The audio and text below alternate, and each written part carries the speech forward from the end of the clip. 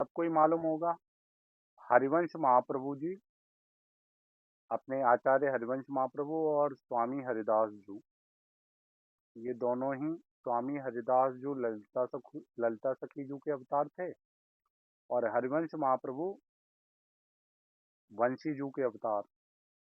तो एक बार निकुंज में जब प्रिया प्रीतम नित्य विहार लीला कर रहे थे, तो ललिता ललिता जी के हृदय में आया कि ये जो नित्य विहार निकुंज लीला है, ये इस समय कलिकाल चल रहा है। इस कलिकाल में जो सामान्य जन हैं उनको इस लीला का रस, इस लीला का आनंद प्राप्त हो, इसका विधान कैसे किया जाए। तो क्योंकि निकुंज में सभी सहचरियों का और प्रिया प्रीतम का मन एक ही है, तो जैसे ही ललिता जू का ऐसा चिंतन हुआ और ललिता जू ने लाडली जू की ओर देखा, तो लाडली जू देख के मुस्कुरा दी। उनके मन में, क्योंकि सबके मन एक ही है ना, तो उन्होंने तुरंत ललिता जू के हृदय की बात, मन की बात जान ली, और उन्होंने मुस्कुराते हुए लालजू की ओर देखा। तो लालजू लाडली जू के मन की बात जान गए। तो लालजू ने अपनी बंशी लाडली जू के हाथों में रख दी। मुस्कुराते हुए लाडली जू के हाथ में अपनी बंशी रख दी, और लाडली जू ने वो बंशी ललिता जू को दे दी, और ललिता जू से कहा, ललिता जू, आप एक काम करो, आप धराधाम पे जाओ। आप और ये बंशी जू दोनों जन जाओ धराधाम पे, और वहां अवतरित होके हमारा जो ये गूढ़, अति गूढ़ जो नित्य विहार रस, निकुंज रस है, इसका आप प्रकाश करो। इसकी महिमा जो है, वो आप सामान्य जन में, जो कलिकाल के जो जन हैं, उनको आप इसकी महिमा बताओ।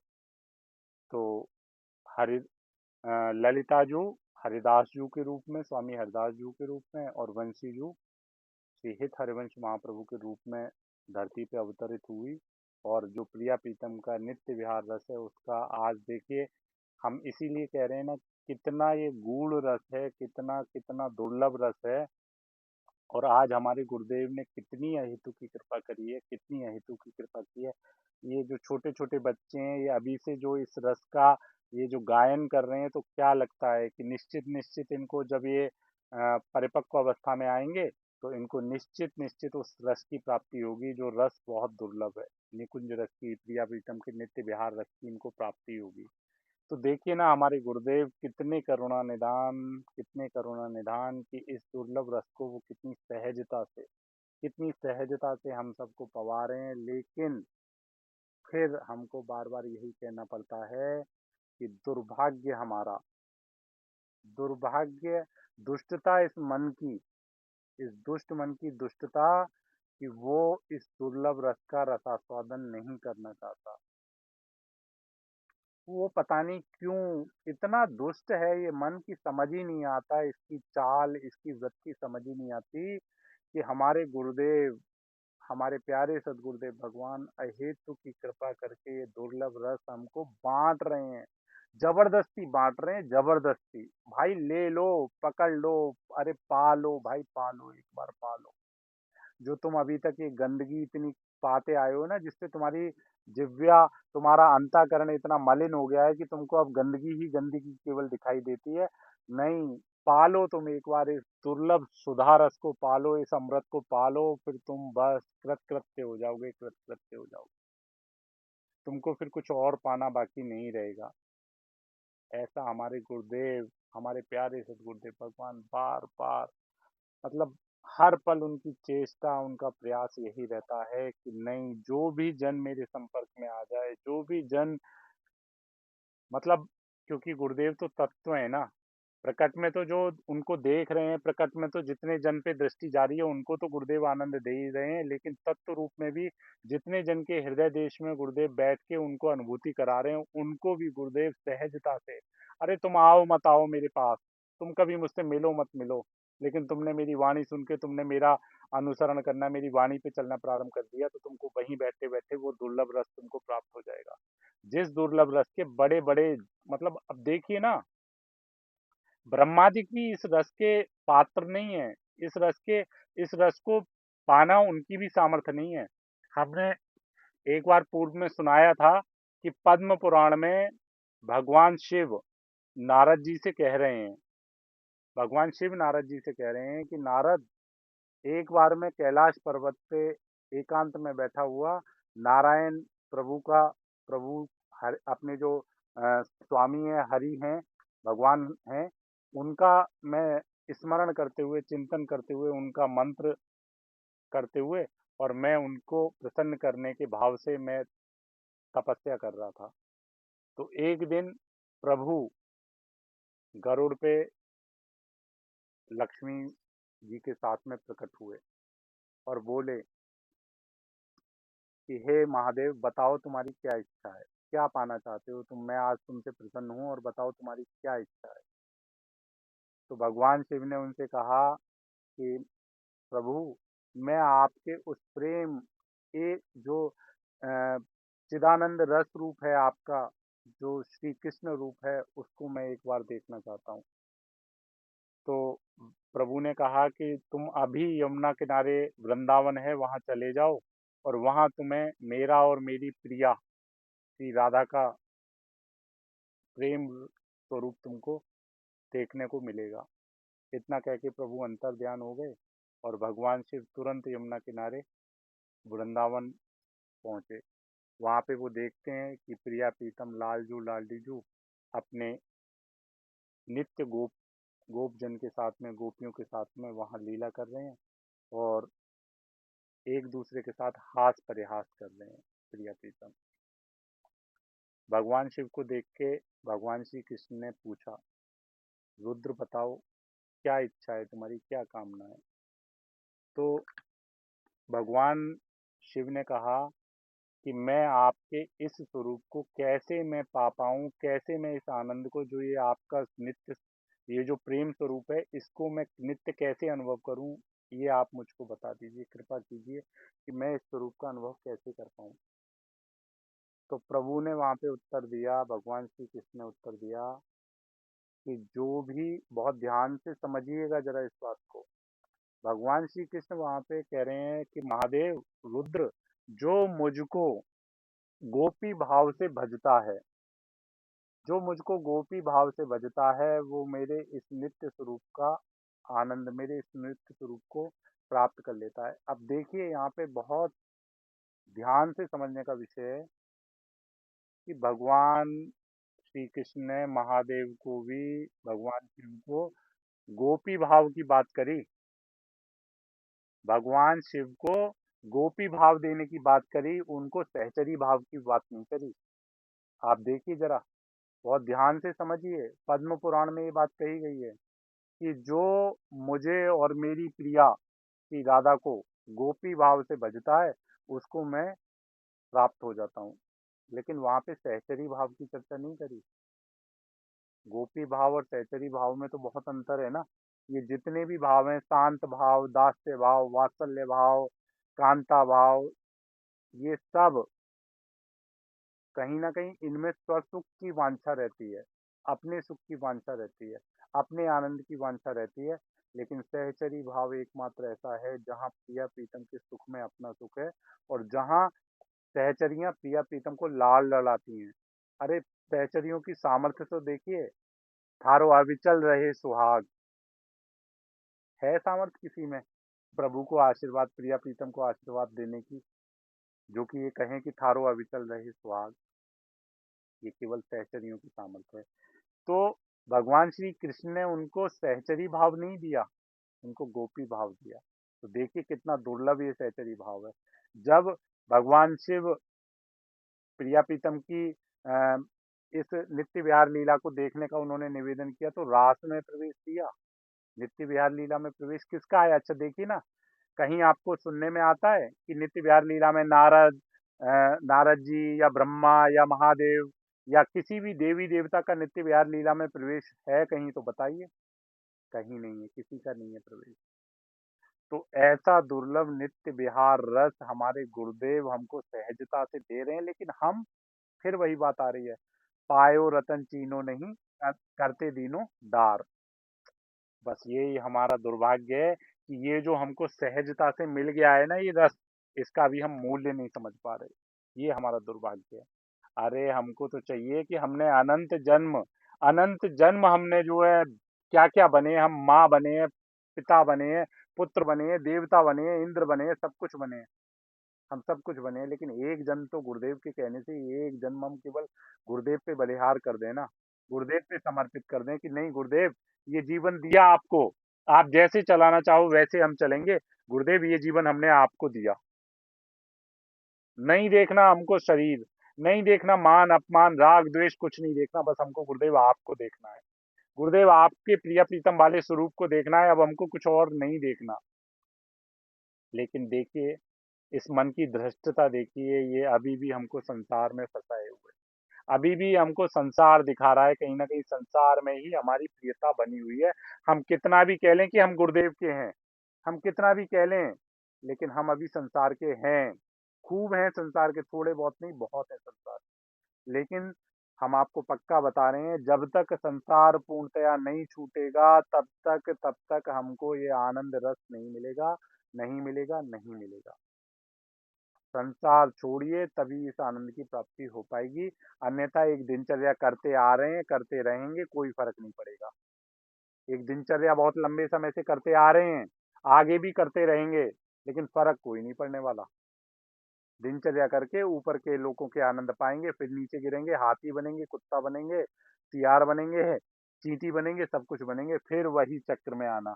तो इसलिए इस जीवन का लक्ष्य बन जाए हमारा कि नहीं, इस जीवन को तो हमको आहुति देनी है, इस जीवन की आहुति हमको समर्पित कर दिया हमने गुरुदेव के लिए।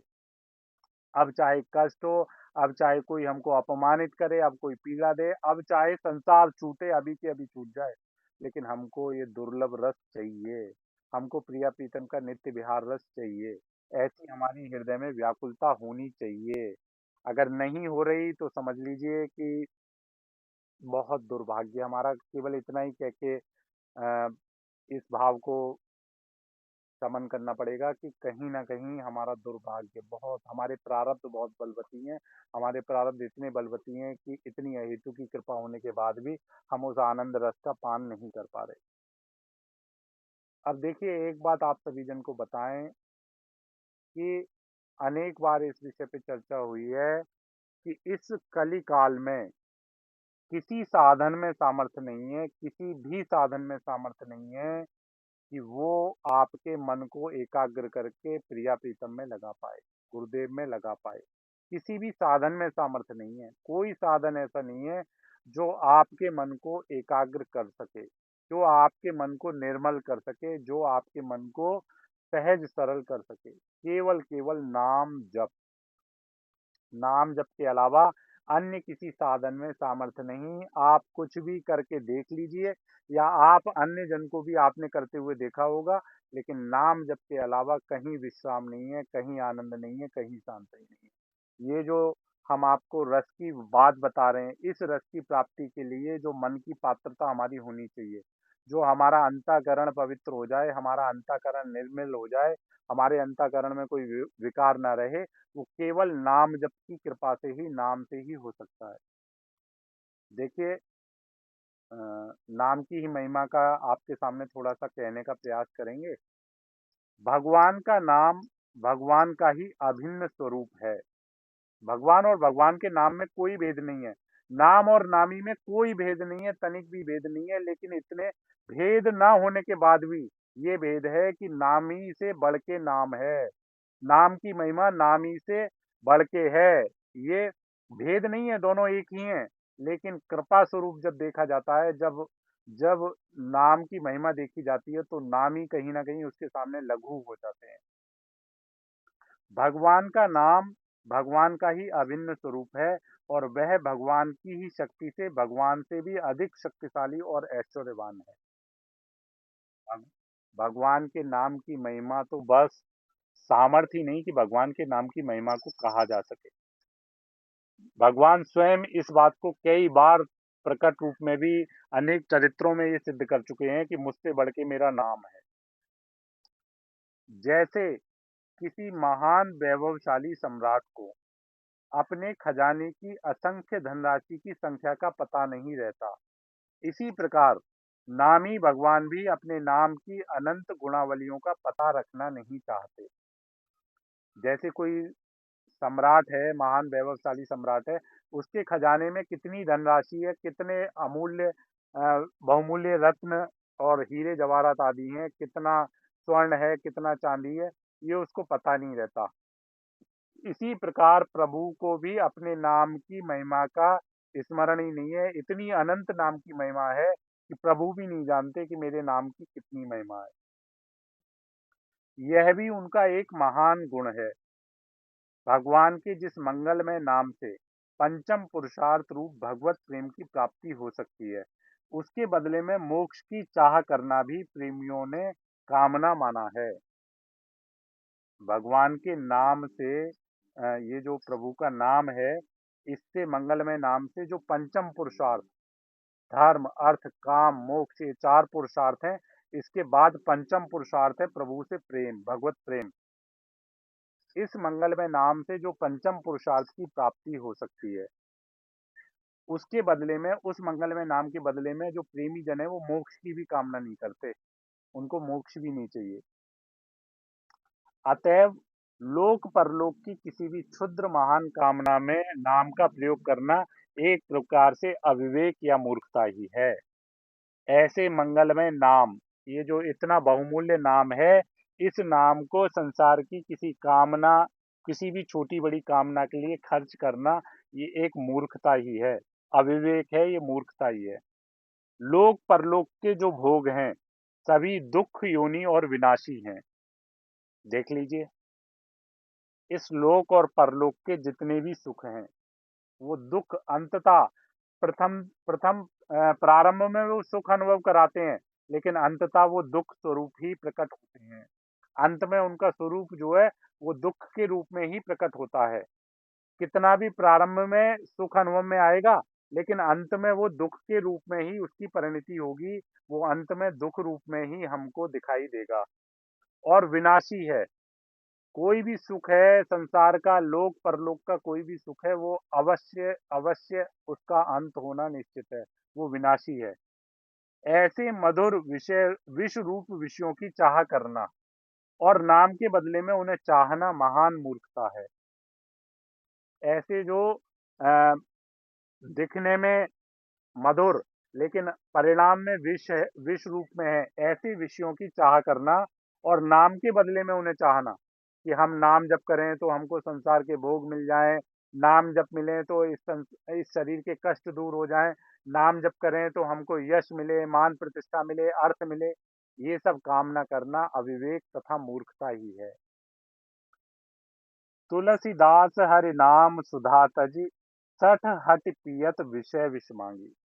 तुलसीदास जी कहते हैं कि हरि नाम रूपी सुधा को त्याग के, ये जो हरि नाम रूपी अमृत है, इसको त्याग के, ये जो सठ बुद्धि है, ये जो सठ मन है, ये हठात हठ पूर्वक विषय रूपी विष को मांगना चाहता है, विषय रूपी विष को पीना चाहता है। कितना दुर्भाग्य है हमारा।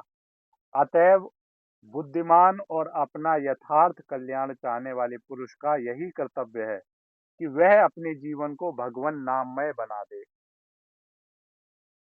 और नाम के फलस्वरूप उत्तरोत्तर बढ़ती हुई नाम निष्ठा की ही कामना करे। यहाँ पे कह रहे हैं कि बुद्धिमान जो बुद्धिमान है और जो अपना यथार्थ कल्याण चाहता है, जो वास्तविकता में कल्याण चाहता है, उस पुरुष का यही कर्तव्य है कि वह अपने जीवन को भगवान नाम में बना दे। केवल केवल उसका जीवन भगवान नाममय हो जाए और नाम के फलस्वरूप उत्तरोत्तर बढ़ती हुई नाम निष्ठा की ही कामना करे। नाम का फल मांगे तो केवल यही मांगे कि मेरी निरंतर नाम में प्रियता हो जाए, निरंतर मेरी नाम में निष्ठा बनी रहे, निरंतर नाम में व्याकुलता नाम के लिए मेरे हृदय में प्रकाशित होती रहे। ऐसा बुद्धिमान पुरुष को करना चाहिए। यही नाम का आदर है और इसी भाव से नाम का सेवन भी करना चाहिए। परंतु जब तक यह भाव जागृत ना हो, तब तक किसी भी भाव से किसी भी सत्कामना को लेकर नाम का आश्रय लेने में कोई आपत्ति नहीं है। देखिए, अब यहाँ पे कहा जा रहा है, अरे हम तो गृहस्थ जन हैं, हम तो संसार में हमारी आवश्यकताएं, तो क्या हमको उन आवश्यकताओं की पूर्ति के लिए नाम जप नहीं करना चाहिए? क्या हमको ये कामना नहीं करनी चाहिए कि हम नाम जप से अपनी सांसारिक जो हमको सेवाएँ मिली हुई हैं, जो हमको कर्तव्य कर्म मिले हैं, उनकी पूर्ति के लिए क्या नाम से हम फल ना माँगे, कोई कामना ना करें? तो यहाँ पे कह रहे हैं, जब तक ये भाव जागृत ना हो कि नहीं, ये तो केवल ये विषय जितने भी हैं ये विष समान है, और अमूल्य जो नाम है उससे हमको ये विनाशी जो संसार के विनाशी सुख हैं, इनको नहीं, हमारे कामनाएं इनको पाने की नहीं होनी चाहिए। जब तक ये भाव जागृत ना हो, तब तक किसी भी भाव से किसी भी सत्कामना को लेकर नाम का आश्रय लेने में कोई आपत्ति नहीं है। अगर हम सदगृहस्थ हैं और हमारे हृदय में ये कामना है कि प्रभु आपने ही हमको ये सेवाएं दी हैं, संतान की, पति की, पुत्र की, माता की, जो भी ये सेवाएं दी हैं, इन सब कामनाओं की पूर्ति के लिए हमको अर्थ की आवश्यकता है। तो कृपा, हम ये आपका भजन कर रहे हैं, नाम जप कर रहे हैं, तो हमको अर्थ दीजिए। तो यहाँ पे कह रहे हैं, जब तक ये भाव दृढ़ ना हो कि हमको नाम के बदले में केवल नाम ही चाहिए, हमको नाम के बदले में प्रभु से प्रेम ही चाहिए, जब तक ये भाव दृढ़ ना हो, तब तक किसी कामना से नाम जप करने में कोई दिक्कत नहीं है, कोई आपत्ति नहीं है। ऐसा करना मूर्खता होने पर भी पाप नहीं है, वरन कर्तव्य है। ऐसा अगर हम करते हैं तो ये मूर्खता तो है, लेकिन पाप नहीं है कि ऐसा करके हम पाप कर रहे हैं कि नहीं, हम भगवान नाम से किसी कामना की पूर्ति चाह रहे हैं। तो ऐसा करना मूर्खता होने पर भी पाप नहीं है, वरन कर्तव्य है। अवश्य ही जिसमें किसी दूसरे का जरा भी अहित होता हो और परिणाम में अपना भी अहित होता हो, ऐसे किसी कार्य की सिद्धि के लिए भगवान के नाम का प्रयोग कभी नहीं करना चाहिए। कभी भी यहाँ पे निषेध कर रहे हैं, कभी भी हमको भगवान नाम का प्रयोग वहां नहीं करना चाहिए जहाँ किसी का अहित हो रहा हो, कि मैंने इतना नाम जप किया तो अमुक व्यक्ति का अहित हो जाए, उसका नुकसान हो जाए, उसको कष्ट मिले। ऐसा कभी भी नाम का प्रयोग हमको नहीं करना चाहिए। ऐसा करने से प्रकट में तो उसका अहित होगा, लेकिन परिणाम में हमारा ही अहित होगा। तो ऐसा कार्य कभी भी हमको नहीं करना चाहिए, ऐसे कार्य के लिए कभी भी भगवान नाम का प्रयोग नहीं करना चाहिए। जब तक भगवान के नाम में रति ना पैदा हो जाए, तब तक रुचि के साथ भगवान का नाम लेना चाहिए। रति, रति किसको कहते हैं? प्रियता। हमको रति कहते हैं, यानी हमारे अंदर उसके नाम की जो है ऐसी प्रीति जागृत हो जाए, हम नाम के बिना एक पल भी रह ना पाए। तो यहाँ पे कह रहे हैं, जब तक भगवान के नाम में रति ना पैदा हो जाए, ऐसी प्रियता ना हमारे हृदय में भगवान नाम के लिए पैदा हो जाए कि हमको भगवान नाम के बिना अपना जीवन व्यर्थ लगे, ऐसा लगे जैसे हमारी श्वास छूटने से हमको जीवन, हमारा जीवन समाप्त हो जाएगा, उसी प्रकार नाम छूटने से हमारा जीवन समाप्त हो जाएगा। तो जब तक भगवान के नाम में रति ना पैदा हो जाए, तब तक रुचि के साथ भगवान का नाम लेना चाहिए। रुचि के साथ में, रुचि पूर्वक हमको तब तक भगवान का नाम लेना चाहिए। यानी रुचि, हमको हमको हमको रुचि पूर्वक, यानी हमको भगवान के नाम में रुचि बनानी चाहिए। हमको प्रियता नहीं हो रही, अभी आनंद नहीं आ रहा, लेकिन हमको भगवान का नाम लेने से आनंद की प्राप्ति होगी, तो इसलिए हमको रुचि पूर्वक भगवान का नाम लेना चाहिए। जब तक रुचि ना पैदा हो, तब तक भगवान के नाम का अभ्यास करना चाहिए। अभी हमारे हृदय में ना तो भगवान के नाम की रति पैदा हो रही है, और ना ही भगवान के नाम की रुचि पैदा हो रही है कि नहीं, हमको भगवान नाम लेना चाहिए, ऐसी रुचि भी हमारे हृदय में प्रकट नहीं हो रही है। तब तक भगवान के नाम का अभ्यास करना चाहिए। अभ्यास, जैसे देखिए, हमको मालूम होता है कि हम कोई क्रिया कर रहे हैं, हम कुछ भी कार्य कर रहे हैं, तो हम उसका अभ्यास इसलिए कर रहे हैं, हमको मतलब उससे, उसका अभ्यास करने से हमको अभी कष्ट हो रहा है, लेकिन हम ये जानते हैं कि बाद में इस अभ्यास को करने से हमको आनंद की प्राप्ति होगी। तो यहाँ पे कह रहे हैं, जब तक रुचि ना पैदा हो, तब तक भगवान के नाम का अभ्यास करना चाहिए। और अभ्यास की दृढ़ता ना होने तक, जब तक अभ्यास की दृढ़ता भी ना हो, जैसे हम अभ्यास भी नहीं कर पा रहे, तो तब तक अमोघ औषध के रूप में भगवान का नाम लेना चाहिए। जैसे एक रोगी को चाहे दवा लेने का अभ्यास है या नहीं है, चाहे उसको दवा लेने में रुचि हो रही है या नहीं हो रही है, चाहे उसको दवा लेने में प्रियता है या नहीं है, लेकिन उसे मालूम है कि शरीर के कष्ट को दूर करने के लिए मुझे औषधि के रूप में दवा का सेवन करना ही पड़ेगा। तो यहाँ पे कह रहे हैं, और अभ्यास की दृढ़ता ना होने तक अमोघ औषध के रूप में भगवान का नाम लेना चाहिए। भगवान का नाम नित्य मधुर और दिव्य अमृत रूप है।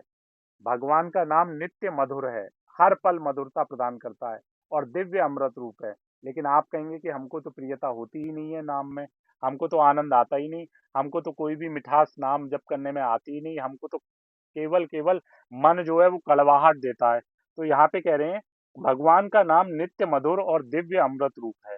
उदाहरण के लिए मिश्री मीठी होने पर भी पित्त के रोगी की जीभ कड़वी है, कड़वी होने के कारण मिश्री कड़वी लगती है। जैसे पित्त का रोग जब हो जाए तो पित्त के रोग में कुछ भी पाए तो वो कड़वा ही कड़वा लगता है।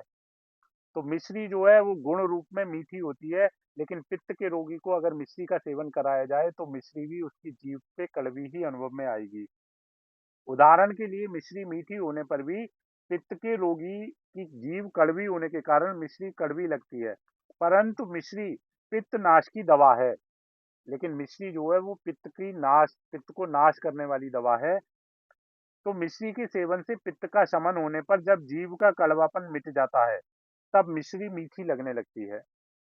क्योंकि मिश्री से पित्त का शमन होता है, तो निरंतर मिश्री का सेवन करने से हालांकि वो जिह्वा को कड़वी लग रही है, लेकिन निरंतर जब मिश्री का सेवन करेंगे तो उससे पित्त का शमन हो जाएगा और फिर जिह्वा को मिश्री मीठी लगने लगेगी, क्योंकि वह मीठी ही है।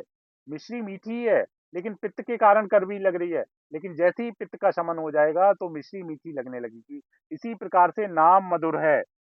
इसी प्रकार पूर्व संचित कर्म मल के कारण हमारी दूषित वृत्ति जब तक भगवान के नाम के माधुर्य का अनुभव नहीं करती, हमारे जो पूर्व संचित कर्म है उनका जो कड़वापन है, उनकी जो मलिनता है, उसने हमारे मन को इतना मलिन कर रखा है कि नाम मधुर होते हुए भी हमको मधुर अनुभव में नहीं आता। इसी प्रकार पूर्व संचित कर्म मल के कारण हमारी दूषित वृत्ति जब तक भगवान के नाम के माधुर्य का अनुभव नहीं करती, बल्कि उसे कड़वा समझती है, तब तक दवा के रूप में जबरदस्ती उसे लेते रहना चाहिए। हमने अनेक बार आप सभी से निवेदन किया है कि अभी अगर आपको कोई असाध्य रोग हो जाए तो उसके उपचार में उसका उपचार चाहे कितना भी कष्टदायक हो, कितना भी पीड़ादायक हो, कितना भी कड़वा हो, लेकिन हम अपने रोग के शमन के लिए, रोग के समाधान के लिए उस उपचार को स्वीकार करते हैं। इसी प्रकार हमको जो ये भव रोग लगा हुआ है, इस भव रोग का निवारण करने के लिए हमको निरंतर नाम जप, चाहे वो हमको कड़वा लग रहा है, चाहे हमको उसमें भाव बन रहा है या नहीं बन रहा है, हमको निरंतर नाम जप उस औषधि के रूप में करना ही पड़ेगा। लेते लेते कर्म मल का शमन होते ही भगवान की सहज नाम माधुरी का स्वाद आने लगेगा। आपको सच बता रहे हैं, आपको सत्य बता रहे हैं कि जब नाम में डूबा जाता है ना, तो एक नाम ही इतना मधुर लगने लगता है, बस ऐसा लगता है कि अमृत के एक सागर में, हम नाम रूपी अमृत के सागर में डुबकी लगा रहे हैं। इतना एक नाम को, एक ही नाम मात्र इतना आनंद देता है। राधा, राधा, राधा, राधा, राधा, राधा, राधा, राधा, राधा। अब ऐसा लग रहा है जैसे कि बस शरीर यहाँ पे है, लेकिन हम कहाँ हैं? हम केवल आनंद के महासागर में हैं। हम आनंद में डूबे हुए हैं, ऐसा अनुभव में आ रहा है। तो अभी क्या है, ये अनुभूति हमें तब तक नहीं होगी जब तक पूर्व का जो पित्त रोग, ये जो कर्म, पूर्व का संचित कर्म रूपी जो पित्त रोग है, ये जब तक हमारे अंदर है, तब तक हमको ये नाम रूपी मिश्री कड़वी लगेगी। लेकिन क्योंकि बताया है कि पित्त रोग के शमन के लिए मिश्री से ही उसका शमन हो जाएगा, तो इस नाम रूपी मिश्री से एक दिन इस पूर्व संचित कर्म रूपी पित्त रोग का शमन हो जाएगा, ये निश्चित इसका विश्वास रखिए। और नाम जप निरंतर अपनी जिह्वा से करते रहिए। हम आपको सत्य बता रहे हैं, बार बार हमको शब्द हमारे पास कम पड़ जा रहे हैं कि आनंद प्राप्ति केवल नाम जप से होगी, अन्य किसी साधन से नहीं होगी। नाम जप से हमको सब कुछ प्राप्त हो जाएगा, सब कुछ प्राप्त हो जाएगा। परंतु यह स्मरण रखना चाहिए कि नाम का आश्रय कलयुग में सबसे बड़ा आश्रय है। इस एक ही आश्रय से सर्वांगीण पूर्ण सफलता प्राप्त हो सकती है। अब आप सभी जन कई बार इस बात का संशय करते हैं कि हम आपको कहीं न कहीं साधन पक्ष से हटा रहे हैं। आपको हम जैसे कहते हैं कि वाणी पाठ या हम आपसे कहते हैं कि सेवा आदि, हम आपसे मतलब विश्वास के साथ में, दृढ़ता से, अनुभव के साथ में और गुरु कृपा बल से हम आपसे कह रहे हैं, एक बार आप नाम में अपने को रमाइए तो सही। आपको सब सब कुछ अनुभव में ना आने लगे, आपको सब कुछ अनुभव में आने लगेगा। हम आपसे अनेक बार बोले हैं, देखिए अष्टयाम सेवा हम क्यों कर रहे हैं? अष्टयाम सेवा कर रहे हैं हम प्रिया प्रीतम के लीला दर्शन के लिए। अष्टयाम सेवा का परिणाम क्या है? अष्टयाम सेवा हम क्यों कर रहे हैं? ताकि हमें प्रिया प्रीतम की नित्य विहार लीला का दर्शन होने लगे। वाणी पाठ हम क्यों कर रहे हैं? ताकि हम प्रिया प्रीतम का चिंतन कर सकें, प्रिया प्रीतम का स्वरूप हमारे हृदय में प्रकाशित हो पाए। लेकिन हम बार बार आपसे कहते हैं, ये मन इतना दुष्ट है कि ये वाणी पाठ में एक रुकता ही नहीं। ये मन इतना दुष्ट है कि अष्टयाम सेवा, हम सामने अष्टयाम सेवा कर रहे होते हैं लेकिन मन हमको भगा रहा होता है। तो इसीलिए नाम जप, केवल हम आपसे कहते हैं, नाम जप में एकमात्र सामर्थ्य है जो आपके मन को रोक सकता है, आपके मन को निर्बल कर सकता है, आपके मन को पराजित कर सकता है। और नाम में इतनी अपार सामर्थ्य है, हम बार बार आपसे कहते हैं कि चादर का एक कोना पकड़ लीजिए। गुरुदेव अनेक बार बोले हैं कि चादर का एक कोना पकड़ लीजिए तो पूरी चादर सिमट के आपके हाथ में आ जाएगी। नाम पकड़ लीजिए, नाम का निरंतर जब भाव पूर्वक आप रटन करेंगे, प्रेम पूर्वक, प्रीति पूर्वक जब आप नाम का रटन करेंगे तो आप देखेंगे कि आप राधा बोल रहे हैं और प्रिया प्रीतम आपके हृदय देश में प्रकाशित हो रहे हैं। आप जैसे जैसे राधा बोल रहे हैं, वैसे वैसे आपके हृदय देश में प्रिया प्रीतम प्रकाशित होते जा रहे हैं। कितना अद्भुत अलौकिक सौंदर्यमय स्वरूप आपको प्रिया प्रीतम का अपने हृदय देश में दिखाई दे रहा है। राधा, राधा, राधा, राधा, राधा, राधा, राधा, राधा। प्रिया प्रीतम प्रकाशित हो गए। जैसे ही प्रिया प्रीतम का स्वरूप प्रकाशित होना चालू हो जाएगा, वैसे ही नाम की आवृत्ति और बढ़ाते जाइए। धीरे धीरे प्रिया प्रीतम लीलाएं करने लगेंगे। प्रिया प्रीतम की लीलाएं वहां दिखनी चालू हो जाएंगी। प्रिया प्रीतम की स्नान लीला, प्रिया प्रीतम की श्रृंगार लीला, प्रिया प्रीतम की झूलन लीला, प्रिया प्रीतम की वन विहार लीला आपको दिखने लगेगी। राधा राधा कर रहे हैं और राधा राधा करते ही हमको प्रिया प्रीतम यमुना पुलिन पर विहार करते हुए लालजू और लालीजू एक दूसरे के साथ हाथ हाथ प्रयास करते हुए यमुना पुलिन पे अटखेलियां कर रहे हैं, एक दूसरे के साथ विनोद कर रहे हैं। केवल ये राधा नाम में पर्याप्त सामर्थ्य है कि केवल ये राधा नाम ही आपको प्रिया प्रीतम का अनुभव करा। आप राधा राधा एक बार प्रीति पूर्वक जप के तो देखिए, आपको प्रिया प्रीतम अपने हृदय देश में, फिर ये हृदय देश कोई विकारों का स्थान थोड़ी रह जाएगा। इस हृदय देश में आप केवल केवल प्रिया प्रीतम का निकुंज देश हो जाएगा। वो प्रिया प्रीतम की निकुंज विहार लीला स्थली हो जाएगा आपका हृदय। एक तरफ आपको अभी पल भर में प्रिया प्रीतम निकुंज महल में ही एक दूसरे का श्रृंगार करते हुए दिखाई देंगे। एक दूसरे के श्रृंगार के लिए लाडली जू के श्रृंगार के लिए याचना कर रहे हैं कि लाडली जू आज महावर रचना हमें करने दो। सहचरियों से निवेदन कर रहे हैं कि ललिता जू, आपको तो ये सेवा हर समय, आपको ये सेवा सुलभता से प्राप्त होती है। आज आप कृपा करो हम पे, आज आप हमको अवसर दो कि हम प्रियाजू की पत्रावली रचना करें। आपको सच बता रहे हैं कि नाम के अलावा सामर्थ्य नहीं है, नाम के अलावा सामर्थ्य नहीं है कि वो आपके हृदय देश में प्रिया प्रीतम को प्रकाशित कर पाए। केवल नाम। धीरे धीरे प्रिया प्रीतम प्रकाशित होना प्रारंभ हो जाएंगे, प्रिया प्रीतम की लीलाएं, और फिर देखेंगे आप मेरा हृदय देशी मुकुंद, मेरा हृदय देशी वृंदावन बन गया। अब मुझे कहीं जाने की आवश्यकता नहीं है, मैं कहाँ जाऊँ? मैं तो हर पल वृंदावन में हूँ, मैं हर पल धाम में हूँ, मैं हर पल, ऐसा आपको अनुभव में आने लगेगा। ये सब नाम की महिमा से संभव हो पाएगा, केवल नाम की महिमा से।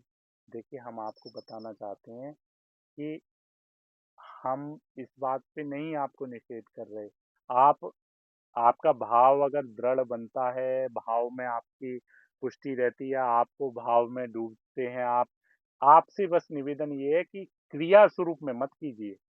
आप केवल एक दिनचर्या, एक फॉर्मेलिटी या एक केवल केवल हमको आज्ञा मिली हुई है, इस भाव से आप अगर अष्टयाम कर रहे हैं तो मत करिए अष्टयाम। आप नाम जप में अपनी रुचि बढ़ाइए। हाँ, अष्टयाम करते समय आपको जब आप श्रृंगार करने बैठते हैं तो प्रिया प्रीतम का जो श्रृंगार आपने किया है वो स्वरूप आपको प्रिया प्रीतम का दिखाई दे रहा है। बहुत आनंद का विषय है, बहुत आनंद का विषय है।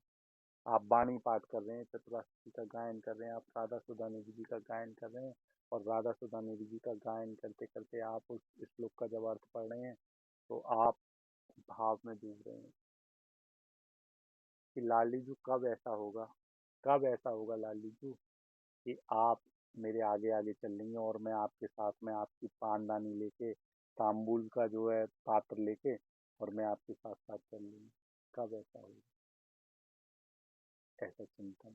अगर हमको वाणी वाणी गायन करते समय अगर हमारा ऐसा चिंतन बनना है तो सारा विषय चिंतन का है। हम आपसे कहने का भाव ये है कि मन हमारा एकाग्र हो जाए, हमारा मन जो है वो हमारे प्रिया प्रीतम के, हमारे गुरुदेव के चिंतन में लगने लगे।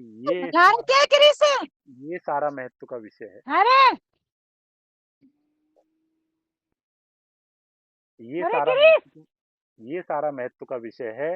ये देखने का विषय है कि हम चाहे वाणी पाठ कर रहे हैं, चाहे हम लीला गायन कर रहे हैं, चाहे हम अष्टयाम सेवा कर रहे हैं, हमारा चिंतन कहाँ जा रहा है, हमारा चिंतन।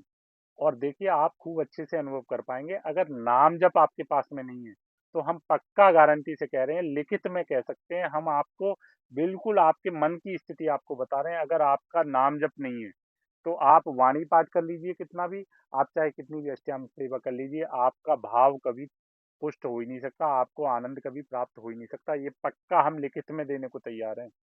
हम ये पक्का आपको प्रमाण के साथ में, मतलब ये हम बिल्कुल निश्चित ये बात कह सकते हैं कि अगर आपकी नाम जप में प्रियता नहीं है, आपके जीवन में नाम जप का विशिष्ट स्थान नहीं है, तो आप अन्य क्रियाएं कितनी भी कर लीजिए, आपका मन स्थिर नहीं हो पाएगा, आपके हृदय में आनंद प्रकाशित नहीं हो पाएगा, आपके हृदय देश में निकुंज की अनुभूति नहीं हो पाएगी। ये सब नाम जप से ही हो पाएगा। तो प्राथमिकता नाम जप की रखिए। बाकी क्योंकि कारण क्या है, हम संसार में रमन कर रहे हैं, हम संसारिक जीव हैं, तो केवल हमारी अभी इतनी सामर्थ्य नहीं है कि केवल हम नाम जप में ही अपना पूरा समय दे पाए। तो अधिक समय प्राथमिकता रखें नाम जप की, प्राथमिकता हम नाम जप की रखें, और अन्य सेवाओं को हम द्वितीय उस पे रखें कि हाँ, नाम जप से जब हमारा मन हुआ कि नहीं अब नाम जप करते करते बहुत समय हो गया, मंत्र जपते हुए बहुत समय हो गया, अब कह रहा है मन कि नहीं थोड़ा विश्राम चाहिए या कुछ और, तब हम वाणी पाठ में चले जाएं, तब हम चतुरासी की गायन करें, तब हम, लेकिन प्रधान जो है वो हम आपको सच बता रहे हैं, नाम जप है, नाम जप है। नाम जप के बिना अगर कोई जन ये कह दे, अगर आप में से कोई भी ये कहे ना कि हमने नाम जप हम बिल्कुल नहीं करते, लेकिन बिना नाम जप के हमारा वाणी पाठ में पूरा हमारी रुचि बनती है और वाणी पाठ की अनुभूति हमको होती है, या अष्टयाम सेवा की पूरी पूरी अनुभूति हमको होती है, ऐसा संभव नहीं है, ऐसा संभव नहीं, बिल्कुल संभव नहीं। तो इसलिए नाम जप पे प्रधानता, नाम जप को प्रधानता में लाई। इस एक ही आश्रय से सर्वांगीण पूर्ण सफलता प्राप्त हो सकती है। अतएव नित्य निरंतर नाम का सेवन करना चाहिए, और जहां तक बने नाम का सेवन नाम प्रेम की वृद्धि के लिए ही करना चाहिए। पहली बात तो नाम जप हमको करना चाहिए, और जितना अधिक से अधिक संभव हो सके हम किसी भी सांसारिक, क्या वास्तविकता में तो ये है कि नाम जापक जो प्रेमी होता है वो जब मोक्ष की कामना उसकी नहीं होती, वो ये भी कहता है कि प्रभु आप आओ ना आओ, लेकिन मैं निरंतर आपका नाम रटन करता रहूं। आप आओ मत आओ, कोई विषय नहीं है, आप बिल्कुल मत आओ, लेकिन मैं आपका निरंतर नाम जपता रहूं, बस इतनी कृपा कीजिए। किसी भी लौकिक पारलौकिक इच्छा की पूर्ति के लिए नहीं। लौकिक पारलौकिक तो छोड़िए, वास्तविकता तो भजन की स्थिति ये बनती है कि जब नाम प्रिय लगने लगता है ना, तो प्यारे आप आओ या मत आओ, आपकी व्याकुलता के साथ में आपके विरह में मैं नाम जप करती रहूं, बस इतनी कृपा कीजिए कि मैं आपको, आप मत मिलो मुझसे, लेकिन मैं निरंतर आपका नाम रटन करती रहूं, बस इतनी कृपा मेरे पे कीजिए। तो यहाँ तो प्यारे की मांग नहीं रही, तो संसार की किसी लौकिक पारलौकिक किसी वस्तु इच्छा की प्राप्ति की कैसे मांग हो सकती है। नाम का फल अचिंत्य और अमूल्य है। उनकी वास्तविकता पर ध्यान न देकर उसमें भरे वास्तविक सत्य को ग्रहण करना चाहिए। नाम का जप मानसिक, उपांशु और वाचिक तीनों तरह से हो सकता है। नाम का जप हम मानसिक, पहले भी बता चुके हैं, प्रारंभिक जो साधक है उसको वाचिक ही करना चाहिए। प्रारंभिक जो साधक है जिसने अभी नाम जप करना प्रारंभ किया है उसको वाचिक ही नाम जप करना चाहिए, क्योंकि हमारा मन अभी उपांशु या मानसिक में रुकेगा नहीं, वो भागेगा पल पल संसार। तो हमको राधा राधा राधा राधा राधा राधा राधा राधा राधा राधा राधा राधा राधा पहले प्रारंभ में आवृत्ति जो है तीव्रता में होनी चाहिए, क्योंकि प्रारंभ में मन अभी हमारा नहीं लगेगा नाम में। तो प्रारंभ में आवृत्ति तीव्रता में होनी चाहिए, राधा राधा राधा राधा राधा राधा राधा। और फिर धीरे धीरे इसको धीमा करना चाहिए, राधा राधा राधा राधा राधा राधा राधा राधा राधा। यानी प्रारंभ में आवृत्ति तीव्र होनी चाहिए, क्योंकि मन भागेगा। मन को रोकने के लिए हमें उसको समय ही नहीं देना है। राधा राधा राधा राधा राधा राधा राधा राधा। और जैसे जैसे मन विश्राम करने लगे, मन रुकने लगे, तो उसकी आवृत्ति कम करती जानी है। राधा राधा राधा राधा राधा राधा ये वाचिक। फिर उसके बाद धीरे धीरे जैसे जैसे आप वाचिक के अभ्यास में आएंगे तो उपांशु में स्वतः आना प्रारंभ हो जाएगा। आपका मन करेगा अब बोले नहीं, अब किसी से बोले नहीं और मुख से भी उच्चारण ना हो, तो जिह्वा को तालू पे या दांतों के जोड़ पे लगा के जीभ चल रही है और राधा राधा का अंदर ही अंदर उच्चारण हो रहा है, ये उपांशु। और फिर उसके बाद मानसिक, उपांशु से धीरे धीरे स्वतः मानसिक में आना चालू हो जाएगा, जिह्वा का विश्राम हो जाएगा और हम कुछ भी क्रिया कर रहे हैं, हमारा नाम अंदर चल रहा है। हमारे हमारी कोई भी चेष्टा हो रही है, कोई भी क्रिया हो रही है, लेकिन नाम हमारा अंदर चल रहा है, ये मानसिक। नाम जप में जितनी सूक्ष्मता हो उतना ही वह श्रेष्ठ है। देख लीजिए, अभी हमने जो बात कही वही बात यहाँ पे कह रहे हैं। नाम जप में जितनी सूक्ष्मता हो उतना ही वह श्रेष्ठ है। जितना नाम जप मौन होता चला जाएगा, सूक्ष्मता का मतलब मौन होता चला जाएगा और आवृत्ति कम होती चली जाएगी, वो खिंचता चला जाएगा, उतना ही नाम जप में जितनी सूक्ष्मता हो उतना ही वह श्रेष्ठ है। नाम को सुंदर सुंदर लिखने का अभ्यास कर रहे हैं, देख रहे हैं, सुन रहे हैं, ये सूक्ष्मता है नाम जप की। बस देखिए कैसे आनंद प्राप्त होना चालू होगा। जहां मन की मलिनता खत्म हुई वैसे ही बस लगेगा कि सुंदर सुंदर नाम हमको दिखाई दे। हम सुंदर सुंदर अक्षर को रचना कर रहे हैं, सुंदर सुंदर अक्षरों की सुंदर सुंदर रंगों से, पुष्पों से, रत्नों से, हीरों से, मोतियों से ऐसे रचना कर रहे हैं और नाम को धीरे धीरे। तो यहाँ पे कह रहे हैं नाम जप में जितनी सूक्ष्मता हो उतना ही वह श्रेष्ठ है, पर नाम कीर्तन में जितना ही वाणी का स्पष्ट उच्चारण और उद्घोष हो उतना ही श्रेष्ठ है। देखिए, नाम जप और नाम कीर्तन में अंतर बता रहे हैं, बहुत ध्यान से सुनिएगा। कभी भी हम अपना नाम जप कर रहे हैं, व्यक्तिगत एकांत में नाम जप कर रहे हैं या आप नाम जप कर रहे हैं, तो वहां सूक्ष्मता नाम जप की, जितना मौन होते चले जाएंगे, मतलब हमको नाम जो है अंदर अंदर सुनाई दे रहा है, लेकिन प्रकट में नाम का उच्चारण ही नहीं हो रहा, ये नाम जप की सूक्ष्मता। और जब नाम कीर्तन की बात आए तो नाम कीर्तन में वाणी का स्पष्ट उच्चारण, जब हम जय जय राधा वल्लभ श्री हरिवंश, जय जय राधा वल्लभ श्री हरिवंश, जय जय श्री वृंदावन श्री वनचंद, जय जय श्री वृंदावन श्री वनचंद। तो यहाँ कह रहे हैं नाम कीर्तन में जितना ही वाणी का स्पष्ट उच्चारण, एक एक शब्द स्पष्ट सुनाई देना चाहिए, एक एक अक्षर स्पष्ट सुनाई देना चाहिए। उसमें ऐसा नहीं पता पड़ रहा कि कीर्तन तो कर रहे हैं लेकिन पता ही नहीं पड़ रहा क्या बोल रहे हैं। तो जब नाम जप कर रहे हैं हम, तो बहुत सूक्ष्मता से उसका उच्चारण ही ना अनुभव में आए, बहुत सूक्ष्म वृत्ति हो जानी चाहिए नाम जप की। और जब नाम संकीर्तन कर रहे हैं, सामूहिक कहीं भी कीर्तन कर रहे हैं, तो ऐसा नहीं कि नाम का हमको उसका पता ही नहीं पड़ रहा हम क्या बोल रहे हैं। नाम कीर्तन में जितना ही वाणी का स्पष्ट उच्चारण हो और उद्घोष हो, उतना ही श्रेष्ठ है। मतलब उच्च स्वर में पूरा आकाश जो है गुंजायमान हो जाए, आस-पास दूर-दूर तक ये पता पड़े कि हाँ, नाम कीर्तन हो रहा है। ऐसा हमको नाम कीर्तन में करना चाहिए। अपनी-अपनी स्थिति और रुचि के अनुसार जप कीर्तन करना चाहिए। जैसी हमारी स्थिति है और जैसी हमारी रुचि है, उसके हिसाब से जप या कीर्तन करना चाहिए। दोनों का वैसे तो देखा जाए, अगर एक तरीके से देखा जाए, तो जप से भी श्रेष्ठ फल कीर्तन का है। अगर हम देखें तो जप से तो हमारा स्वयं का कल्याण हो रहा है, लेकिन जब हम कीर्तन करते हैं तो अनेक पशु पक्षी यहाँ तक कि जीव जंतुओं के भी कानों में नाम पड़ता है, तो ये अनेक जन का कल्याण करता है। तो कीर्तन अगर हो सके तो अनेक बार आप सभी से निवेदन किया है, अपने परिवार में देखिए हम आप सभी से विनम्र निवेदन कर रहे हैं, अपने परिवार में चाहे कितनी भी व्यस्त दिनचर्या हो, 10 मिनट, 20 मिनट, 30 मिनट, 1 घंटे का समय निकालिए और सामूहिक नाम कीर्तन अवश्य करिए। हम आप सभी से निवेदन कर रहे हैं। पूर्व में अपने एक जन ने चर्चा भी करी थी इस विषय में।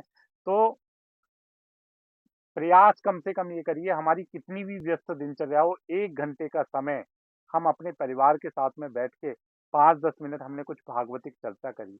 5-10 मिनट हमने उनको संसार की वर्तमान परिस्थितियों के विषय में दिखाया उनको। देखो संसार किधर जा रहा है, संसार की क्या स्थिति है। और अगर हम भगवान का आश्रय नहीं लेंगे तो हमारी भी यही स्थिति हो जाएगी। थोड़ा भगवत चर्चा हो, थोड़ी संसार की चर्चा हो, थोड़ा आपस में एक-दूसरे का सुख-दुःख बाँटें। थोड़ा एक-दूसरे को सुनें, समझने का प्रयास करें और थोड़ी देर हम नाम कीर्तन करें। आपको सच बता रहे हैं, आपके परिवार की, आपके घर में एक सकारात्मक ऊर्जा का प्रवेश हो जाएगा। एक सकारात्मकता आपके पूरे परिवार में आनी प्रारंभ हो जाएगी, अगर आप इस बात का अभ्यास करेंगे। भगवान के सभी नाम समान महत्व रखते हैं।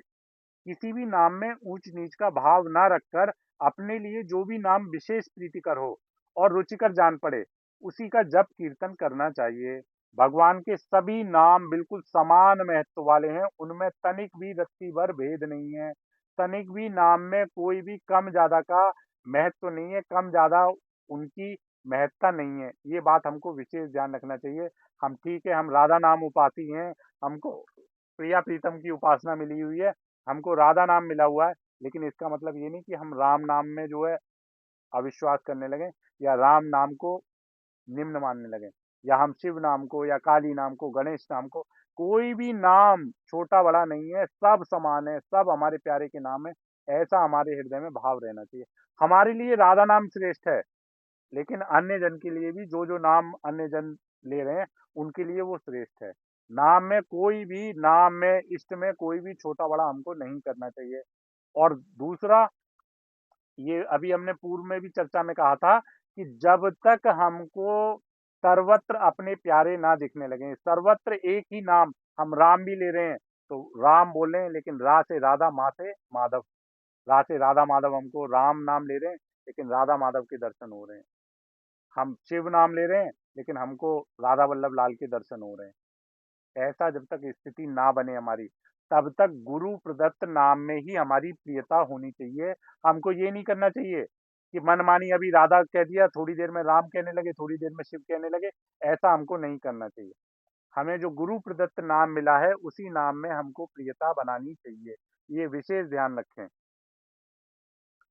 सर्वेषां सर्वेषां भगवन्नाम्नां समानो महिमापि चेत् तथापि स्वप्रियाणां तु स्वार्थसिद्धिः सुखं भवेत्। विभिन्नरुचिलोकानां क्रमात् सर्वेषु नामसु प्रियता संभवेत् तानि सर्वाणि स्युप्रियाणि हि। यद्यपि समस्त भगवान नामों की महिमा समान ही है, तथापि जो नाम अपने को प्रिय है, उन उनके कीर्तन से अनायास ही अपने अभीष्ट मनोरथ की सिद्धि हो जाती है। विभिन्न रुचि वाले लोगों का क्रमशः सभी नामों में प्रेम संभव हो जाता है, फिर वे सभी नाम उन्हें प्रिय लग हो जाते हैं। तो इसलिए किसी भी नाम में हमको भेद नहीं करना चाहिए। आप सभी से निवेदन है, कहीं भी देखिए कई बार ये भाव हमारे हृदय में आ जाता है। आज हमारे सदगुरुदेव भगवान का सर्वत्र प्रकाश हो रहा है। सदगुरुदेव भगवान ने प्रिया प्रीतम की महिमा को पुनः प्रकाशित किया है। तो हमारे हृदय में ये श्रेष्ठता का भाव नहीं आना चाहिए कि नहीं, हमारा राधा वल्लभ संप्रदाय या हमारे राधा वल्लभ लाल या हमारे सदगुरुदेव भगवान हमारे लिए सर्वश्रेष्ठ हैं। इसमें कोई संदेह नहीं। उनके समान कोई श्रेष्ठ नहीं है हमारे लिए। लेकिन कोई अन्य जो है, अन्य के लिए हेयता का भाव, अन्य के लिए निम्नता का भाव हमारे हृदय में तनिक भी नहीं आना चाहिए। तनिक भी नहीं आना चाहिए। अगर आपने भेद कर दिया, आपने अगर थोड़ा भी निम्नता का भाव आप लाए, तो आप कुछ भी नहीं पा पाएँगे। इसलिए आप सभी से निवेदन है कि हम अपने हृदय में कहीं भी ये भाव पुष्ट ना होने दें। हम अपने हृदय में कहीं भी ये भाव ना लाएँ कि अमुक श्रेष्ठ है और अमुक निम्न है। इसलिए देखिए, ये जो नाम की प्रियता के विषय में हम आपको बता रहे हैं, हम सच बताएँ आपको कि नाम की महिमा कितनी भी कह लें, कम है, कम है, कम है। और नाम क्या दे सकता है, अभी आपको ये बात अभी आपको समझ में नहीं आ रही।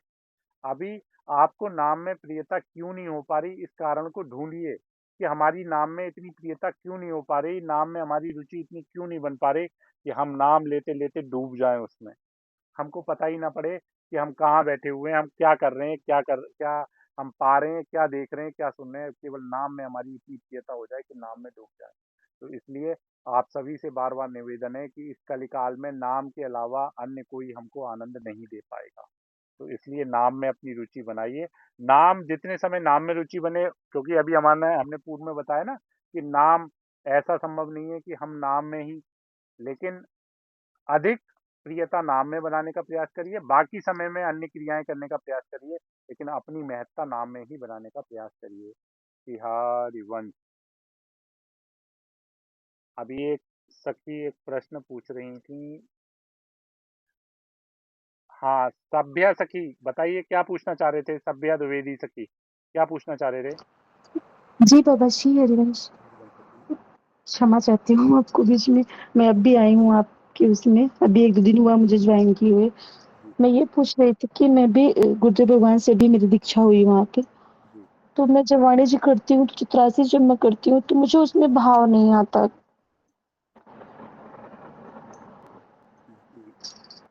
सखी सखी सद्गुरुदेव भगवान को सुना है इस विषय में? सद्गुरुदेव भगवान की भी यही स्थिति थी जब उन्होंने चतुरासी जी का गायन करना प्रारंभ किया था। तो काफी समय तक उनको बिल्कुल कुछ समझ में ही नहीं आता था, ना कोई आनंद आता था, ना कोई रस आता था, ना भाव आता था। तो सदगुरुदेव भगवान से, दादा गुरुदेव भगवान से सदगुरुदेव भगवान ने पूछा है कि महाराज जी, केवल आपकी आज्ञा से चतुरासी जी गायन कर रहे हैं, लेकिन उसमें कोई भी भाव रस, कोई भी आनंद की, बोले करते रहो, स्वतः प्रकाशित हो जाएगी, स्वतः आनंद हृदय में प्रकाशित हो जाएगा। तो सखी, वाणी जी का गायन हमको गुरुदेव की आज्ञा से, हमको भाव बने ना बने, आनंद आए ना आए, लेकिन हमको गायन करना है। वो स्वतः देखिएगा, स्वतः प्रकाशित हो जाएंगी हृदय में, स्वतः आनंद देने लगेंगी, स्वतः आपको उसका अर्थ अनुभव में आने लगेगा, स्वतः आपको वो लीलाएं प्रकाशित होने लगेंगी जिन लीलाओं का उस पद में गायन किया जा रहा है। तो इसलिए अभी केवल अभ्यास करते रहिए, अभ्यास करते रहिए। ये मत देखिए कि हमारा मन लग रहा है या नहीं लग रहा है। और मन लगने के लिए भी हम आपसे अभी जो इतनी देर सत्संग किया है, मन लगाने के लिए, भाव का अनुभव करने के लिए, क्योंकि हमारा मन लगेगा तभी सखी, जब हम संसार से विरत होंगे। संसार में अभी हमारा मन लग रहा है, संसार में कहीं न कहीं आनंद की अनुभूति कर रहा है, तो उस संसार से विरत करने के लिए हमको नाम जप करना पड़ेगा। नाम जप से धीरे-धीरे हमारा मन जब संसार से विरत होगा, तो धीरे-धीरे हमारी प्रिय प्रीतम में प्रियता बढ़ेगी, और जब प्रिय प्रीतम में प्रियता बढ़ेगी, तो हमारा वाणी जी में भी हमको गायन में उसका आनंद, हमको उसका रस आने लगेगा, और धीरे-धीरे हमको अनुभव में आने लगेगा कि हम क्या गायन कर रहे हैं। ठीक है ना सखी? जी, और मैं ये कह रही थी ना कि मुझे गुरुदेव भगवान में, श्री जी में और अपने इष्ट देव में सब में है, पर मुझे महाप्रभु में प्रेम नहीं हो रहा है। उनके चरणों से मुझे प्रीति नहीं हो रही है। तो सखी देखिए, अब यहाँ देखने वाला विषय यही है ना, हम महाप्रभु को अलग कैसे देख रहे हैं सखी? महाप्रभु कोई अलग थोड़ी है। अब यही यही देखने वाला विषय है कि गुरु ही आचार्य हैं और आचार्य ही श्री जी हैं। श्री जी ही आचार्य हैं, श्री जी ही गुरु हैं, आचार्य ही गुरु हैं, गुरु ही आचार्य हैं, सब कुछ एक ही तो हैं। आप महाप्रभु को अलग कैसे मान रहे हैं? महाप्रभु ही तो गुरुदेव हैं, गुरुदेव ही तो आचार्य हैं। आप बताइए ना, इस अंतर को चिंतन करिए, इस बात को स्वीकार करिए बार-बार कि नहीं, जैसे ही आपको ये आए ना कि नहीं आचार्य में, महाप्रभु में हमारा भाव नहीं बन पा रहा, गुरुदेव में बनना है, तो बार बार उसको काटिए कि नहीं, आचार्य जो हैं, महाप्रभु जो हैं, वो मेरे गुरुदेव ही तो हैं, गुरुदेव ही तो आचार्य हैं। अच्छा देखिए, आप एक बात समझिए जरा, गुरुदेव आचार्य कैसे नहीं है। महाप्रभु जब इस धराधाम पे प्रकट हुए तो उन्होंने कितनी करुणा बरसाई, कितनी करुणा बरसाई कि नरवाहन जी जैसे एक कुख्यात दुर्दांत दस्यु को, डाकू को, उन्होंने प्रिया प्रीतम की नित्य विहार लीला का साक्षी बना दिया। तो आज देखिए ना कि हमारे गुरुदेव भी तो कैसे कैसे अधम निकृष्ट जन को, जैसे जैसे महाप्रभु ने नाम में प्रियता, हरिवंश महाप्रभु के प्रिया प्रीतम के नाम में जो प्रियता महाप्रभु ने दी, वही आज गुरुदेव दे रहे हैं। जो नित्य विहार रस को महाप्रभु ने प्रकाशित किया, वही नित्य विहार रस देखो आज हमारे गुरुदेव कितनी सहजता से बांट रहे हैं। तो प्रिया प्रीत आचार्य में और गुरुदेव में अंतर ही क्या है। जितना आप गुरुदेव में प्रियता करते हैं उतना ही आचार्य में प्रियता होने लगेगी, अगर आप आचार्य और गुरुदेव के भेद को मिटा देंगे। सखी, एक बात खूब अच्छे से समझ लीजिए, प्रिया प्रीतम, आचार्य और गुरुदेव में रत्ती भर भी फर्क नहीं है, किंचित मात्र भी कोई फर्क नहीं है। तो जब गुरुदेव में भाव करते हैं तो आचार्य के भाव से कि आप ही मेरे आचार्य हो। जब गुरुदेव में प्रियता हो ना, जब भी आपका भाव गुरुदेव के प्रति बने, तो साथ में आचार्य को भी वहां पे देखिए कि मेरे आचार्य ही गुरुदेव हैं। अभी हम महाप्रभु को देख रहे हैं और महाप्रभु ही गुरुदेव दिखने लगे हमको। ऐसा भाव करिए। धीरे धीरे अभ्यास से होगा सखी, एकदम से नहीं हो पाएगा, अभ्यास से होगा। और अभ्यास कैसे होगा, देखिए हम एक बात कई बार बोले हैं, प्रियता हमारी तब होगी जब हम उनके गुणों को सुनेंगे, जब उनके चरित्र को सुनेंगे, जब उनकी लीलाओं को सुनेंगे। महाप्रभु का चरित्र सुनिए ना बार बार, महाप्रभु के विषय में गुरुदेव की वाणी में जो महाप्रभु का चरित्र है, या कृष्ण मोहिनी बाबा, पूज्य कृष्ण मोहिनी बाबा जो महाप्रभु का चरित्र कहते हैं, वो चरित्र सुनिए तो आपको देखने दिखने में आएगा कि नहीं, जो आज गुरुदेव कर रहे हैं वही उस समय महाप्रभु ने किया था। तो महाप्रभु में प्रियता, आचार्य में हमारी प्रियता इसी भाव से बन पाएगी कि उनमें कोई भी भेद नहीं है। ठीक है ना सखी। कितना जी। समय हुआ है सखी दीक्षा के लिए, हाँ बाबा। शरणागति को कितना समय हुआ है। अभी हुई है, 30 जून को हुआ है मेरा। हाँ हाँ, और वैसे प्रकार मतलब वाणी से शरणागति कितना समय हुआ है। अभी तो मैं उसमें मार्च में गई थी वहां पे फर्स्ट उपस्थिति के लिए, फिर मैं अभी नहीं, सेकंड में गई, उसी में मेरा मेरी गुरुदेव को दीक्षा सुनना हो कब गई। से, गुरुदेव को सुनना कब से प्रारंभ किया सखी। गुरुदेव को तो मैं बहुत दिनों से सुन रही थी, बट गुरु मतलब उनको जो गुरु भाव था वो तो 1 साल पहले ही मेरे उसमें आया कि मैं इनको ही गुरु बनाऊं। जी ऐसे पहले सुनती थी पर मुझे कुछ समझ में नहीं आता था, पर 1 साल पहले उन्होंने कृपा की इस अधम पे, तो मुझे लगा कि नहीं, अभी हम क्या उनको बनाएंगे, उन्होंने मुझे चुना होगा, क्योंकि हम क्या उनको चुनेंगे। बिल्कुल पर बिल्कुल मैं सोच रही थी कि गुरुदेव भगवान बोलते हैं कि हरिवंश महाप्रभु ही सर्वस्व है, पर मैं सोचती हूँ कि मुझे हरिवंश प्रभु महाप्रभु में क्यों नहीं वो प्रेम हो पा रहा है। सखी गुरुदेव सखी को तो मैं सर्वस्व मानती हूँ। जी जी सखी, हाँ तो गुरुदेव को जब सर्वस्व मानती है तो गुरुदेव को कहिए ना कि महाप्रभु आप ही तो हो। आपने, आप यहीं तो देखिए, अपनी निष्ठा को बस थोड़ा सा अपने भाव को परिवर्तित करना है। आप कह रही हैं कि गुरुदेव कहते हैं कि महाप्रभु को ही सब कुछ मानो, लेकिन महाप्रभु ही गुरुदेव हैं, ये भी तो गुरुदेव कह रहे हैं। तो आप ही हो मेरे महाप्रभु, तो आप ही हो, आप ही में प्रियता हो रही है, मेरी महाप्रभु में प्रियता हो रही है। आप ही मेरे प्रिय प्रीतम है, तो प्रिय प्रीतम में जो प्रियता होनी चाहिए वो आप में ही हो रही है। देखो सखी एक बात समझो, गुरुदेव ही सर्वस्व हैं, गुरुदेव ही प्रिया प्रीतम है, गुरुदेव ही महाप्रभु है, गुरुदेव ही सेवक जू है, गुरुदेव ही वृंदावन है, गुरुदेव ही बरसाना है, गुरुदेव ही हमारे सर्वस्व हैं। इस भाव को दृढ़ता से स्वीकार कर लीजिए, हमें अलग अलग किसी में प्रियता बनाने की आवश्यकता ही नहीं पड़ेगी। ठीक है ना सखी। जी जी। अब बाबा। हरिवंश बाबा, शेयर कर सखी।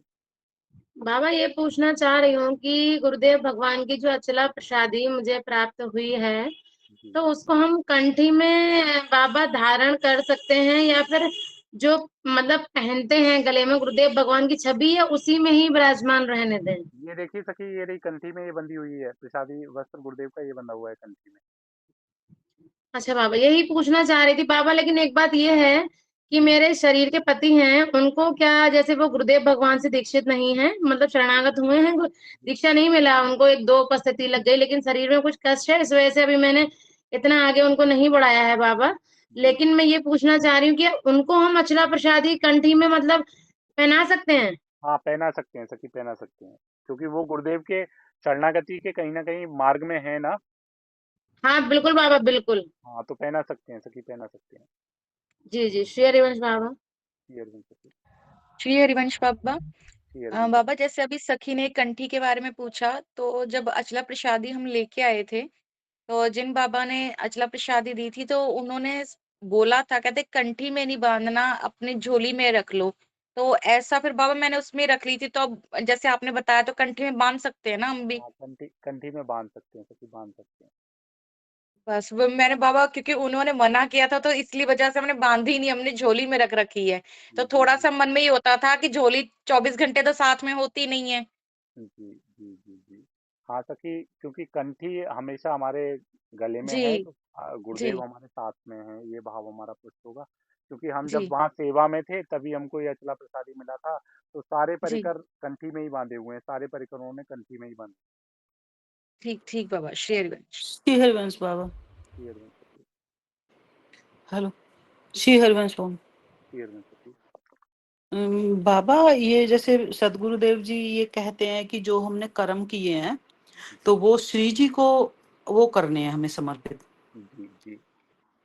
तो अब हम श्री जी को बोलते हैं, तो मुझे ऐसा लगता है कि गुरु जी को करें समर्पित, गुरु जी को, मेरे कंफ्यूज से हो जाते हैं उसमें। नहीं नहीं सखी, प्रिया प्रीतम को ही वैसे तो देखिए यहाँ फिर वही बात आ रही है, हमारी हम्म, निष्ठा अगर अलग अलग है अभी, हमारी निष्ठा ये है कि राधा वल्लभ लाल अलग हैं, इष्ट अलग हैं, आचार्य अलग हैं, गुरुदेव अलग हैं, तो फिर इष्ट को समर्पित करना चाहिए। इष्ट अगर को। अगर अगर हमको अभी ये अनुभव नहीं हो पा रहा है कि हमारे इष्ट ही हमारे गुरुदेव हैं, हमारे गुरुदेव ही हमारे इष्ट हैं, तो हमको इष्ट को समर्पित करना चाहिए कि राधा जी वल्लभ लाल पूरे दिन में जो भी दिनचर्या हुई, हे राधा वल्लभ लाल, राधा वल्लभम अर्पणम मस्तु, राधा वल्लभ लाल को अर्पण किया। तो जी। संस्कृत में नहीं बोल सकते तो हिंदी में कि राधा वल्लभ लाल आज पूरे दिन की जो भी दिनचर्या हुई वो आपको समर्पित करते हैं। और जिस दिन ये भाव दृढ़ता से पुष्ट हो जाएगा कि गुरुदेव ही, तो गुरुदेव को समर्पित करने लगेंगे। लेकिन जब तक ये भाव पुष्ट नहीं है तो इष्ट को ही समर्पित करना है सभी। गुरुदेव ये भी बोलते हैं जैसे कि जो भी कुछ बोलना है कि उनके सामने, श्री जी के सामने ही करना है। जी बोलते हैं ना जैसे कि श्री जी के सामने ही आपको कुछ भी, कृपा के लिए भी श्री जी के सामने ही वो कर बोलना है। हाँ, तो कि ये सामने, सामने का मतलब क्या सखी, सामने का मतलब प्रकट छवि है, प्रकट में है हम, अगर हमारी अनुकूलता उस समय सुविधा है, प्रकट में है तो प्रकट में बोलिए, नहीं तो वो हर समय हमारे हृदय देश में विराजमान है ना, तो हमने हृदय देश में ही साक्षी करके उनको, और उनको समर्पित कर रहे हैं, उनसे वार्ता कर रहे हैं। मुझे भोग लगाने में भी ऐसे ही होता है मंदिर में कि जी। मैं किन को पहले भोग लगाऊं, किन को। हम्म। नहीं नहीं तो सखी, किनको को तो फिर वही हमने जो अभी आपसे कहा ना, अगर प्रिया प्रीतम और गुरुदेव अभी हमको अलग आ रहे हैं, नजर आ रहे हैं, तो गुरुदेव की प्रियता के लिए पहले प्रिया प्रीतम को भोग लगाना है, गुरुदेव की प्रियता के लिए पहले श्री जी को भोग लगाना है, फिर श्री जी का उच्चिष्ट लाल जी को पवाना है, और फिर जो है गुरुदेव को पवाना है। अच्छा अच्छा, जी। ठीक है जी। ठीक है, हरिवंश। श्री अरविंद। श्री हरिवंश बाबा जी। श्री अरविंद। श्री हरिवंश बाबा जी। जी सखी। बाबा जी, भोग लगाती हूँ जी तो नाम सेवा है, तो पहले मैं भोग नाम सेवा पर लगाती हूँ, जी उसके बाद लाडली जी को लगाती हूँ, जी। फिर हाँ तो जी। जी, नाम सेवा प्रिया प्रीतम तो ये है, नाम सेवा ही तो हमारे राधा हाँ वल्लभ लाल है। हाँ, तो और जो कोई चीज़ वो समर्पित करती हूँ, जैसे माला हुआ, तो माला जो समर्पित करती हूँ तो मैं यही बोलती हूँ, मेरे प्यारे श्री सतगुरुदेव भगवान मेरे लाडली जी के चरणों में जितनी माला है सब आपको समर्पित है, मेरे जी सतगुरुदेव भगवान के चरणों में। जी जी जी लाडली जी, मेरे सतगुरुदेव भगवान, इसे स्वीकार करो। जी जी। ये सही है? हाँ बिल्कुल ठीक है सखी, बिल्कुल ठीक है। जी बाबा जी। श्री अरविंद। श्री हरिवंश प्रभु। श्री अरविंद। जय जय। तुम्हेव माता च पिता तुम्हेव, तुम्हेव बंधु च सखा तुम्हेव, तुम्हेव विद्या द्रविणम तुम्हेव, तुम्हेव सर्वम मम देव देव। मेरे प्राण आराध्य, जो कुछ भी है सब कुछ मेरे सदगुरुदेव भगवान है, वो यहाँ विराजमान है, यहाँ। और वो अंदर भी है, वो बाहर भी है, वो कण कण में है और शन शन में है। उनके अलावा कोई राज है ही नहीं। हमारे माई श्यामाजू का राज जब निकलता है ना प्रभु, तो वहां पे भाव की क्यों क्यों शब्दावली निकाली, क्यों एक ही शब्द निकलना था प्रभु, ऐसा भाव आ रहा है प्रभु। क्यों क्यों फंसे जा रहे, क्यों ये अलग, ये अलग, ये अलग प्रभु। प्रभु एक होता तो कितना, कितनी कृपा होती प्रभु। लेकिन लीला है प्रभु, सदगुरुदेव भगवान की लीला है, लेकिन उनकी लीला है प्रभु। अंदर इतने दृढ़ता से बैठ गए ना वो, कि इसमें भी वो है, उसमें भी वो है, इसमें भी वो है, इसमें भी वो है। उनके सिवा तो कोई दिखता ही नहीं प्रभु। मंदिर कौन सा भी जाओ प्रभु, कृपा प्रभु कौन सा ही मंदिर जाए, सदगुरुदेव कृपा भगवान ही दिखते हैं वहां पे। श्री जी दिखती नहीं वहां पे, भगवान कृष्ण दिखते नहीं ना, वहां पे शिव दिखते हैं ना कुछ दिखता है, खाली सदगुरुदेव भगवान दिखते हैं प्रभु। और रात का एक छोटा सा अनुभव बताने जाएंगे प्रभु। जो लाला है, वो लाला सोने से पहले बोल रहा था कि हम वृंदावन जाते हैं, बोले। बोला ठीक है जाएंगे। तो और सवाल किया कि हम वृंदावन जाते हैं, बोले। बोला हाँ ठीक है ना, जाएंगे ना। ऐसे जाएंगे नहीं, बोले कायम स्वरूप के लिए जाएंगे। तो प्रभु अंदर से ऐसा महसूस हुआ कि सदगुरुदेव भगवान ही बात कर रहे, कि बुला रहे। अभी उनका बुलावा आ गया प्रभु, क्योंकि जो कुछ भी करते हैं ना माया में अपन बच्चे के लिए करते हैं, जो कुछ भी है, और उनका ही भाव ऐसा है प्रभु, तो क्या बचा फिर। अभी ऐसा लग रहा है कि जल्दी ही बुलावा आने वाला है और जल्दी ही वृंदावन वास मिलने वाला है प्रभु, ऐसा अंदर भाव आ रहा है प्रभु। कृपा बहुत कृपा है प्रभु, बहुत कृपा है। ये तो की कृपा। आनंद ही आनंद है, आनंद ही आनंद है। आप पे आपकी जो कृपा है ना, उसको देख के बहुत आनंद आता है, बहुत आनंद आता है। मतलब हम तो शायद लगता है कि कृपा का और इससे ज्यादा प्रकट स्वरूप क्या हो सकता है कि लाला लाली भी जो है पूर्ण रूपेण भाव में निमग्न है, पूर्ण रूपेण उनकी बहुत आनंद है, बहुत आनंद है तो सच में। ये सब सदगुरुदेव भगवान का पता थे, सब केवल सदगुरुदेव भगवान का। जी केवल केवल बहुत तैयारी में लगे हो, कुछ और कुछ क्या करे और क्या कर सकते, ऐसी तैयारी में लगे हो। ठीक, बहुत अच्छा है प्रभु। चलो, जय जय श्री हरिवंश। बहुत आनंद, बहुत आनंद। श्री अरविंद गुरुदेव, दंडवत प्रणाम। केवल गुरुदेव, जैसे अभी सखियों ने कहा कि हम भोग लगाते हैं तो पहले इस मतलब इस तरीके से, लेकिन जब हम अपने गुरुदेव में श्री जी और लालजू का भाव के हमारे तो वही नजर आ रहे हैं, और भोग हम इस भाव से अगर वो करें तो हमें अलग लगाने की तो कोई आवश्यकता है नहीं।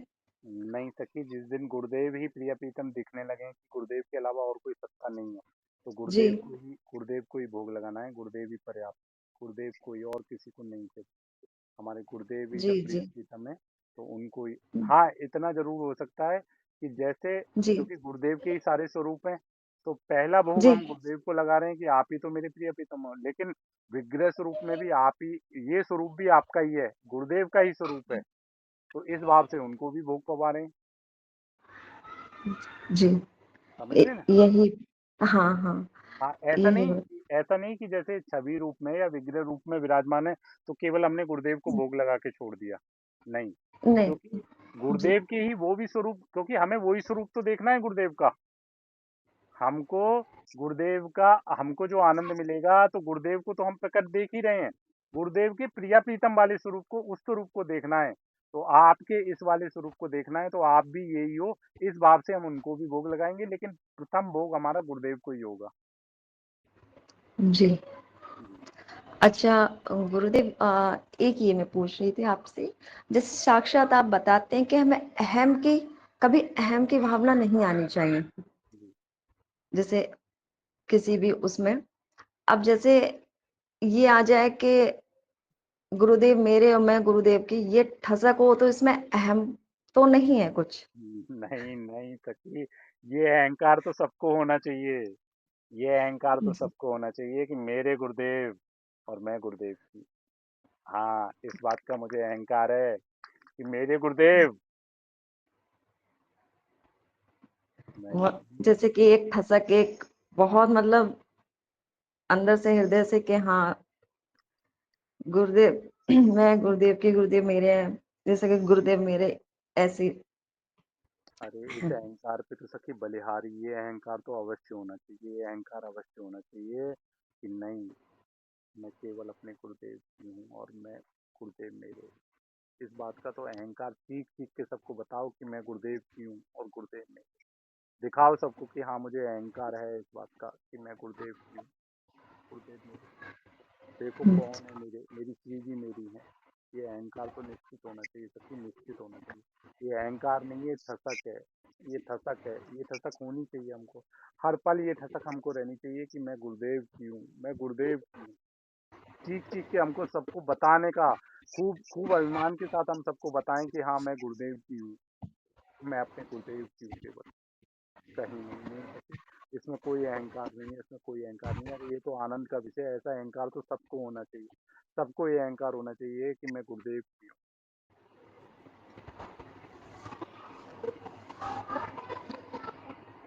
जी गुरुदेव, श्री हरिवंश गुरुदेव, दंडवत प्रणाम।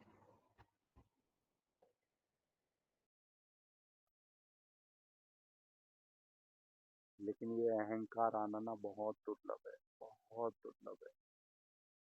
हमको अहंकार रहता है अपने भजनानंदी होने का, हमको अहंकार रहता है अपने शरीर का, हमको अहंकार रहता है अपने मान प्रतिष्ठा धन। लेकिन ये अहंकार तो किसी बिरले को ही मिल पाता, कोई बिरला ही ऐसा होता है जिसको ये अहंकार होता है, नहीं इस संसार में कुछ भी मेरा नहीं, केवल गुरुदेव मेरे हैं, केवल गुरुदेव। जिसको ये अहंकार हो गया ना, उसको अब कुछ और पाना पड़ेगा, कुछ और पाना पड़ेगा। मेरे गुरुदेव, कुछ नहीं चाहिए उसको, निश्चिंत हो जाए, निष्ठुक हो जाए, निर्भय हो जाए। बहुत कृपा का विषय है, अगर ये अहंकार हमारे अंदर आ जाए तो बहुत कृपा का विषय जी गुरुदेव। श्री हरिवंश बाबा जी, है। हमने तो कई बार बोला है कि ये हमारे हैं, ये हम कहीं निकालते हैं तो यूं हाथ उठा के और यूं बोलते हैं कि ये हमारे गुरुदेव हैं, हमारे गुरु जी हैं, हम तो ऐसे बोलते हैं। बिल्कुल सही, लेकिन सूक्ष्मता से देखने का विषय अंदर देखिए सखी, यहाँ देखने का विषय ये है जी कि हम कह तो रहे हैं लेकिन हमारा हृदय क्या इस बात का साक्षी हो रहा है? हमारा हृदय इस बात का साक्षी है क्या कि हम गुरुदेव के हैं? ये तो हम तभी ठसक के साथ में, इस बात का अहंकार तभी हमको हो सकता है कि जब हम किसी और के नहीं हैं। और बाबा जी एक बात ये आती है ना, यहाँ से जब हम कहते या हम जाते हैं तो हम कहते थे कि हाँ हम अपने माँ और पिता के घर जा रहे हैं, ऐसे करते हैं। और जब आने का, वहां से आने का नाम होता है तो बिल्कुल आने का मन ही नहीं करता कि हम वहां से आए, अंदर से रोना रो के जब आते हैं। और फिर वही कहते हैं कि श्री जी आप भेज तो रही हो, लेकिन जितनी जल्दी हो सके हमें बहुत जल्दी यहाँ बुलाओ, कोशिश करो। और यही इच्छा हमारी है कि आप हमें यहीं बसा लो। आने का मन वहां से नहीं करता, जाते तो है यहाँ इतनी खुशी से कि, और आने का जब हो तो यही होता है कि बस श्री जी को लग रहा है कि अब जाओ यहाँ से, हो गया। ऐसा क्यों होता है बाबा जी?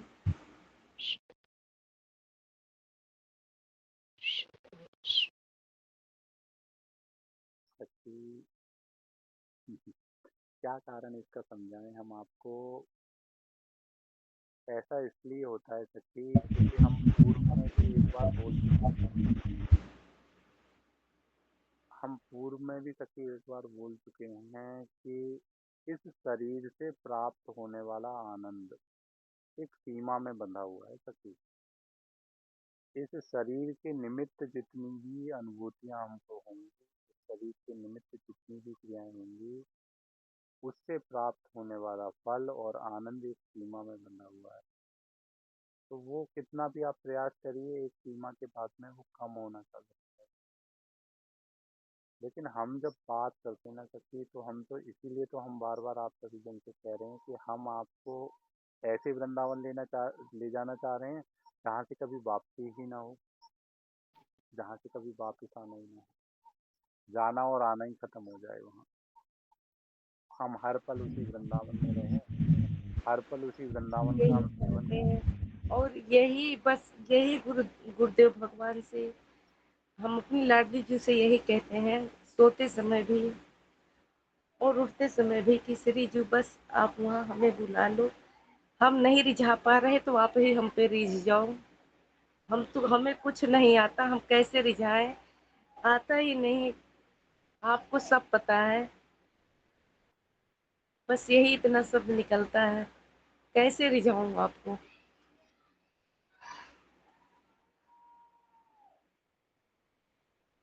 सुबह उठते तो शाम को सोते समय फिर, बस यही होता है। देखो सखी, हम आपकी या बात करें। अगर आपकी इच्छा हो तो आप अपने बच्चों को भी वहीं बुला के बसा लो, लेकिन हमें बस अपनी सेवा में ले लो, हमें वहीं बसा लो। नहीं चाहिए, अब दुनियादारी के कुछ नहीं चाहिए अब हमें।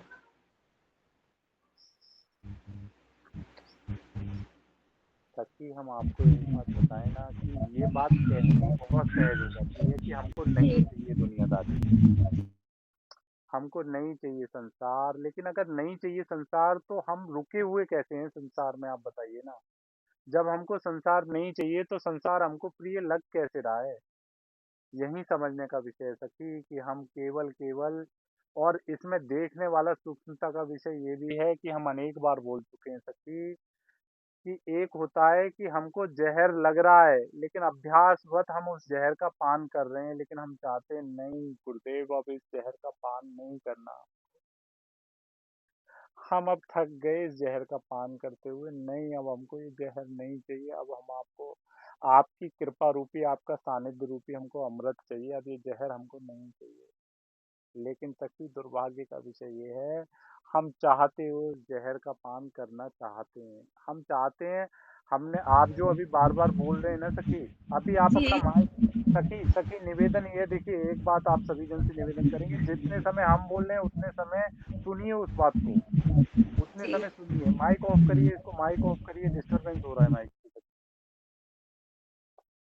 देखने वाला विषय ये है सखी, कि हम दोष, हमने तो एक चीज देखी, हम बहुत सखियों से हमारी वार्ता होती है, अनेक जन से वार्ता होती है, हम सारा दोषारोपण गुरुदेव पे ही कर देते हैं, हम सारा दोषारोपण, हम सारा कुछ श्री जी से ही चाहते हैं। लेकिन श्री जी हमसे क्या चाह रही है, ये क्यों नहीं देख रहे हम। आज का सत्संग हमने डाला ना, आज का सत्संग देखिए डाला हमने हमने कहा उसमें कि ध्यान से सुनिएगा।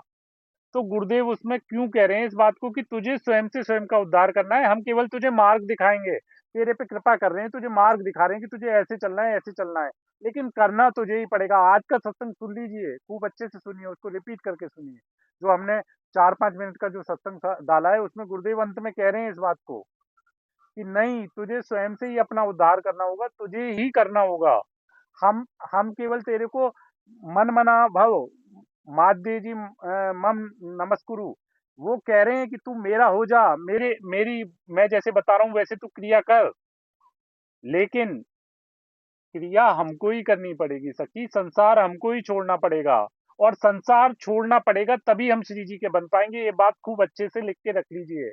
अगर हमको श्री जी का बनना है, श्री जी के पास जाना है, या श्री जी से अपनापन करना है, तो संसार हमको छोड़ना पड़ेगा, पड़ेगा पड़ेगा, हमको ही छोड़ना पड़ेगा। गुरुदेव नहीं छुड़ाएंगे, गुरुदेव केवल आपको भाव दे रहे हैं, गुरुदेव आपको प्रेरणा कर रहे हैं, गुरुदेव आपको संसार का सत्य अनुभव करा रहे हैं पल पल, कि देखो संसार का कटु स्वरूप ये है, समझ जाओ। लेकिन सखी छोड़ना हमको ही पड़ेगा, छोड़ना हमको ही पड़ेगा। ऐसा संभव नहीं है, ऐसा बिल्कुल संभव नहीं है। अब जैसे हम धाम की बात करते हैं, जैसे अगर हम कहें प्रकट धाम की बात करें, कि प्रकट धाम हमको वास मिल जाए, प्रकट धाम बुला लो, हम श्री जी से कह रहे हैं कि प्रकट धाम हमें बुला लो, लेकिन हम धाम वास करने के योग्य कहाँ बन पा रहे हैं। हम धाम वास के योग्य, अगर हम धाम वास के योग्य बन जाएं तो हर जगह धाम हो जाए हमारा, कोई स्थान ही ना धाम से परे हो। धाम वास धाम वास के लिए चाहिए हमको कि हम परदोष दर्शन ना करें। धाम वास की जो सबसे प्रमुख मांग है वो ये कह रहे हैं गुरुदेव कि धाम में रहते हुए सब कुछ कर लेना लेकिन परदोष दर्शन नहीं करना। तो संसार में रहते हुए भी तो हम परदोष दर्शन ही कर रहे हैं। अगर संसार में हमारा परदोष दर्शन छूट जाए तो धाम, हर जगह हमारा धाम हो जाएगा। लेकिन हम धाम में जाके भी परदोष दर्शन करेंगे तो धाम में रहने का लाभ कहाँ हमको मिलेगा। तो सखी, हम आप सभी से निवेदन कर रहे हैं, विशेष आपके लिए कहना नहीं है, हम आप सभी से निवेदन कर रहे हैं कि प्रयास करिए, जहाँ हैं जैसे हैं वहीं पे धाम का अनुभव करने का प्रयास करिए।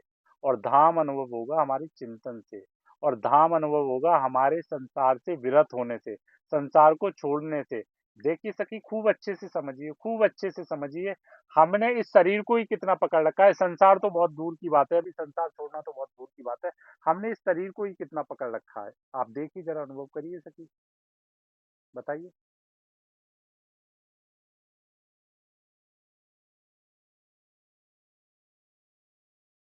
बताइए उर्मिला सखी। आवाज नहीं आ रही बाबा जी, जी बहुत सखी, कम आवाज आ रही। हाँ बताइए। क्या कह रहे हैं बाबा जी? हम कह रहे हैं आप बताइए ना कि संसार हमसे छूट रहा है क्या। नहीं बाबा जी, यही तो कह रहे हैं। नहीं तो कृपा कैसे, नहीं है, कृपा कैसे नहीं है। छूटेगा, आप ये बताइए, छूटेगा कैसे। मन से कहे आप, मन से निकाल दें। नहीं नहीं नहीं सकी, ना ना, जीवन बिता दीजिएगा, ये कहते हुए, एक निवेदन करते हुए जीवन बिता दीजिएगा कि मन से आप नहीं, निकाल दीजिए। नहीं, हमको ही निकालना पड़ेगा, हमको ही करना पड़ेगा, हमको ही छोड़ना पड़ेगा।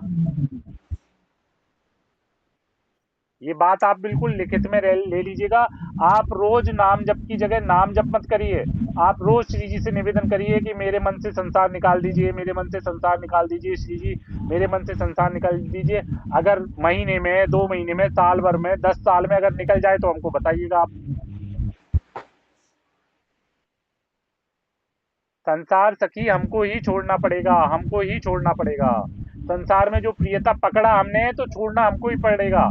अच्छा बताइए ना, पकड़ा किसने है संसार, क्या गुरुदेव ने पकड़वाया है या प्रभु ने पकड़वाया है। नहीं, हमें नहीं पकड़ा है। हमने ही पकड़ा है ना सखी। तो जब हमने पकड़ा है तो हमको ही छोड़ना पड़ेगा। गुरुदेव थोड़ी छुड़वाएंगे, श्री जी थोड़ी छुड़वाएंगी।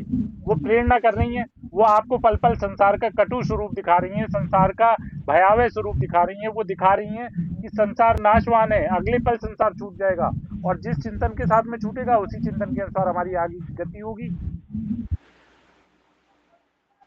तो सखी, संसार तो हमको ही छोड़ना पड़ेगा, ये बात आप, इसीलिए ना हम आपसे बार बार कहते हैं, हम विशेषकर हम गुरुदेव की ऐसी ऐसी वाणी सुन के लाते हैं।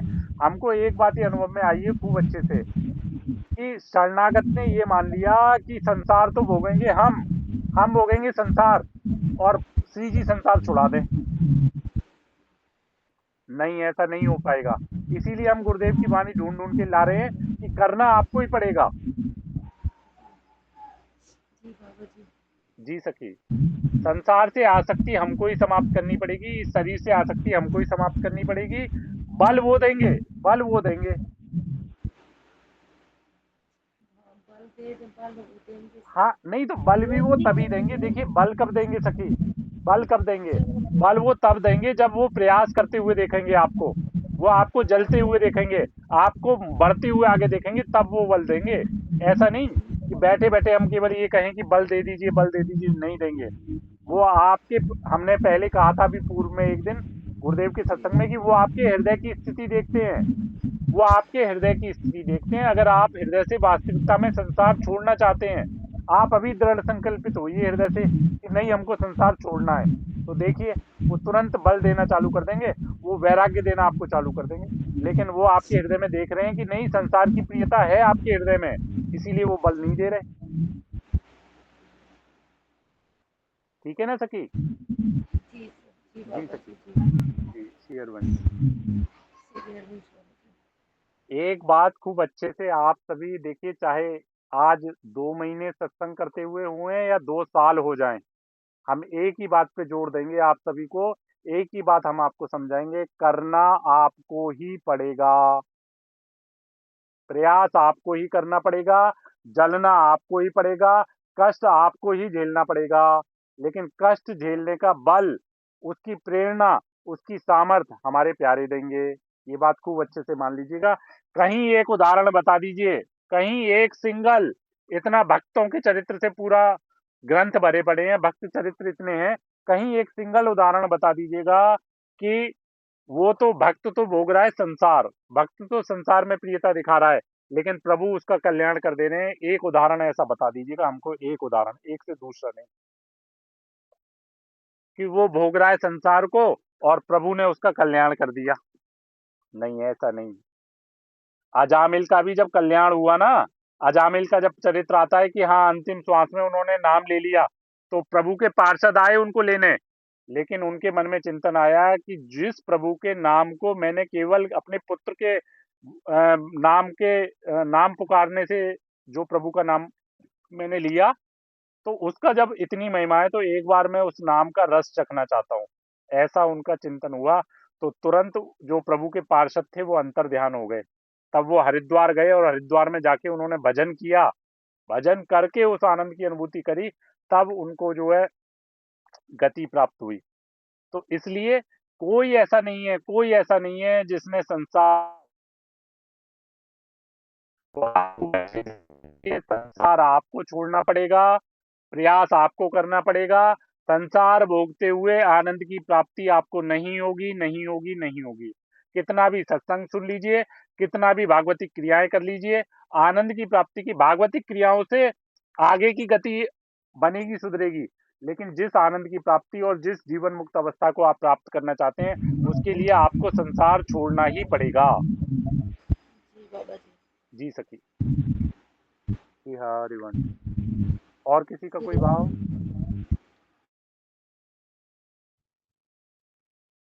श्री हरिवंश बाबा जी। श्री हरिवंश, श्री हरिवंश प्रभु जी। श्री हरिवंश, श्री हरिवंश।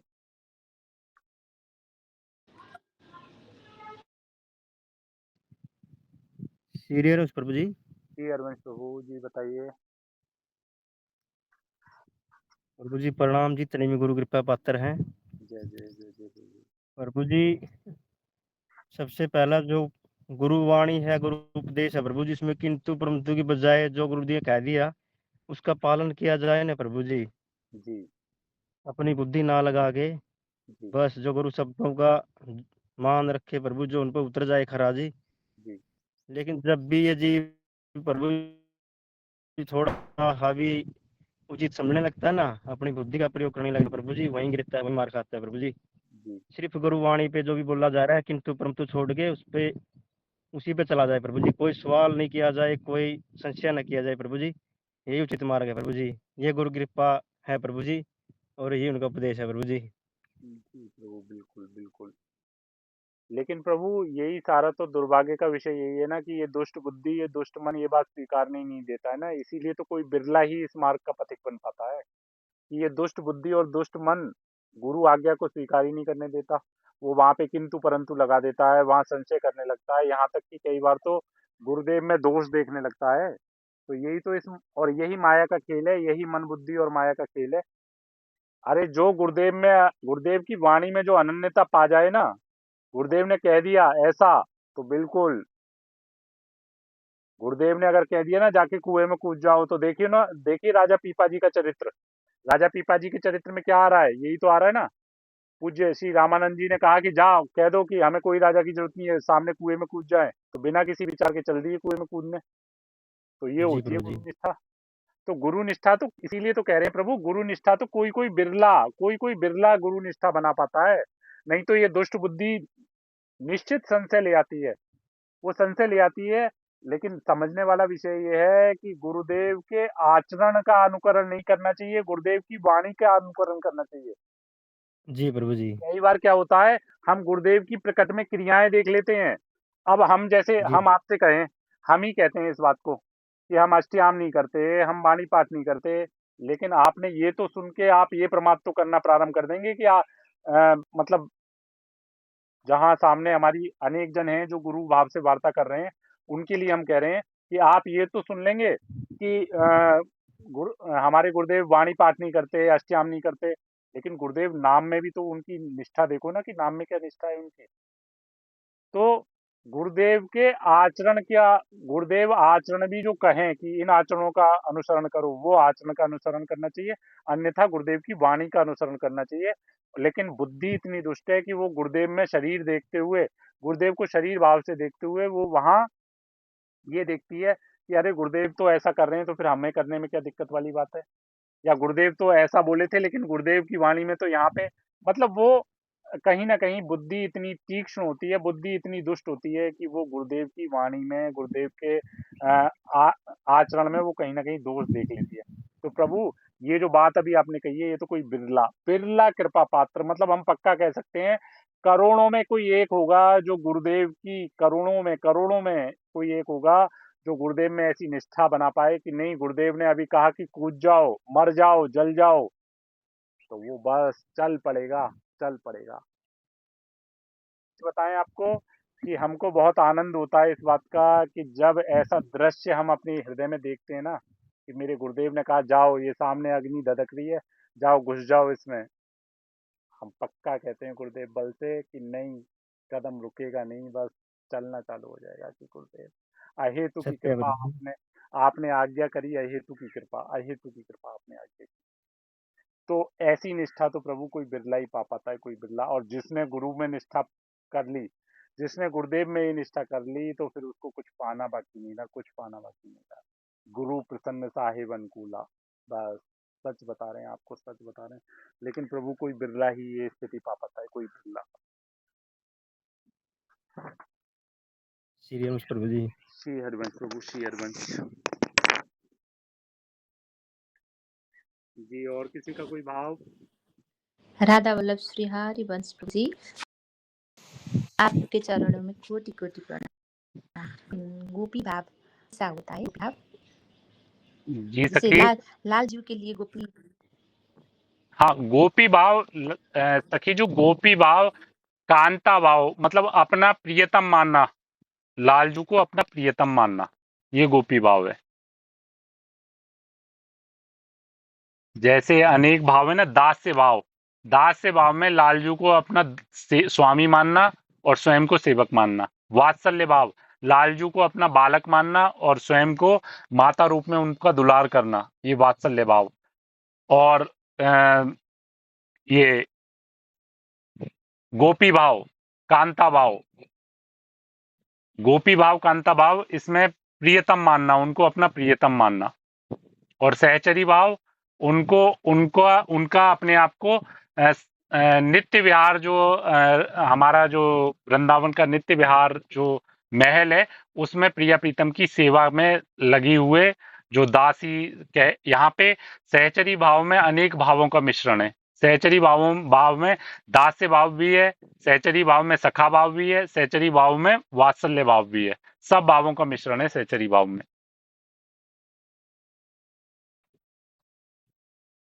जी सखी।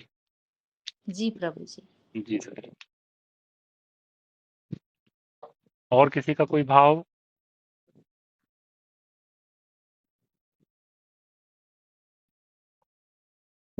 श्री हरिवंश करते हैं फिर। श्री हरिवंश।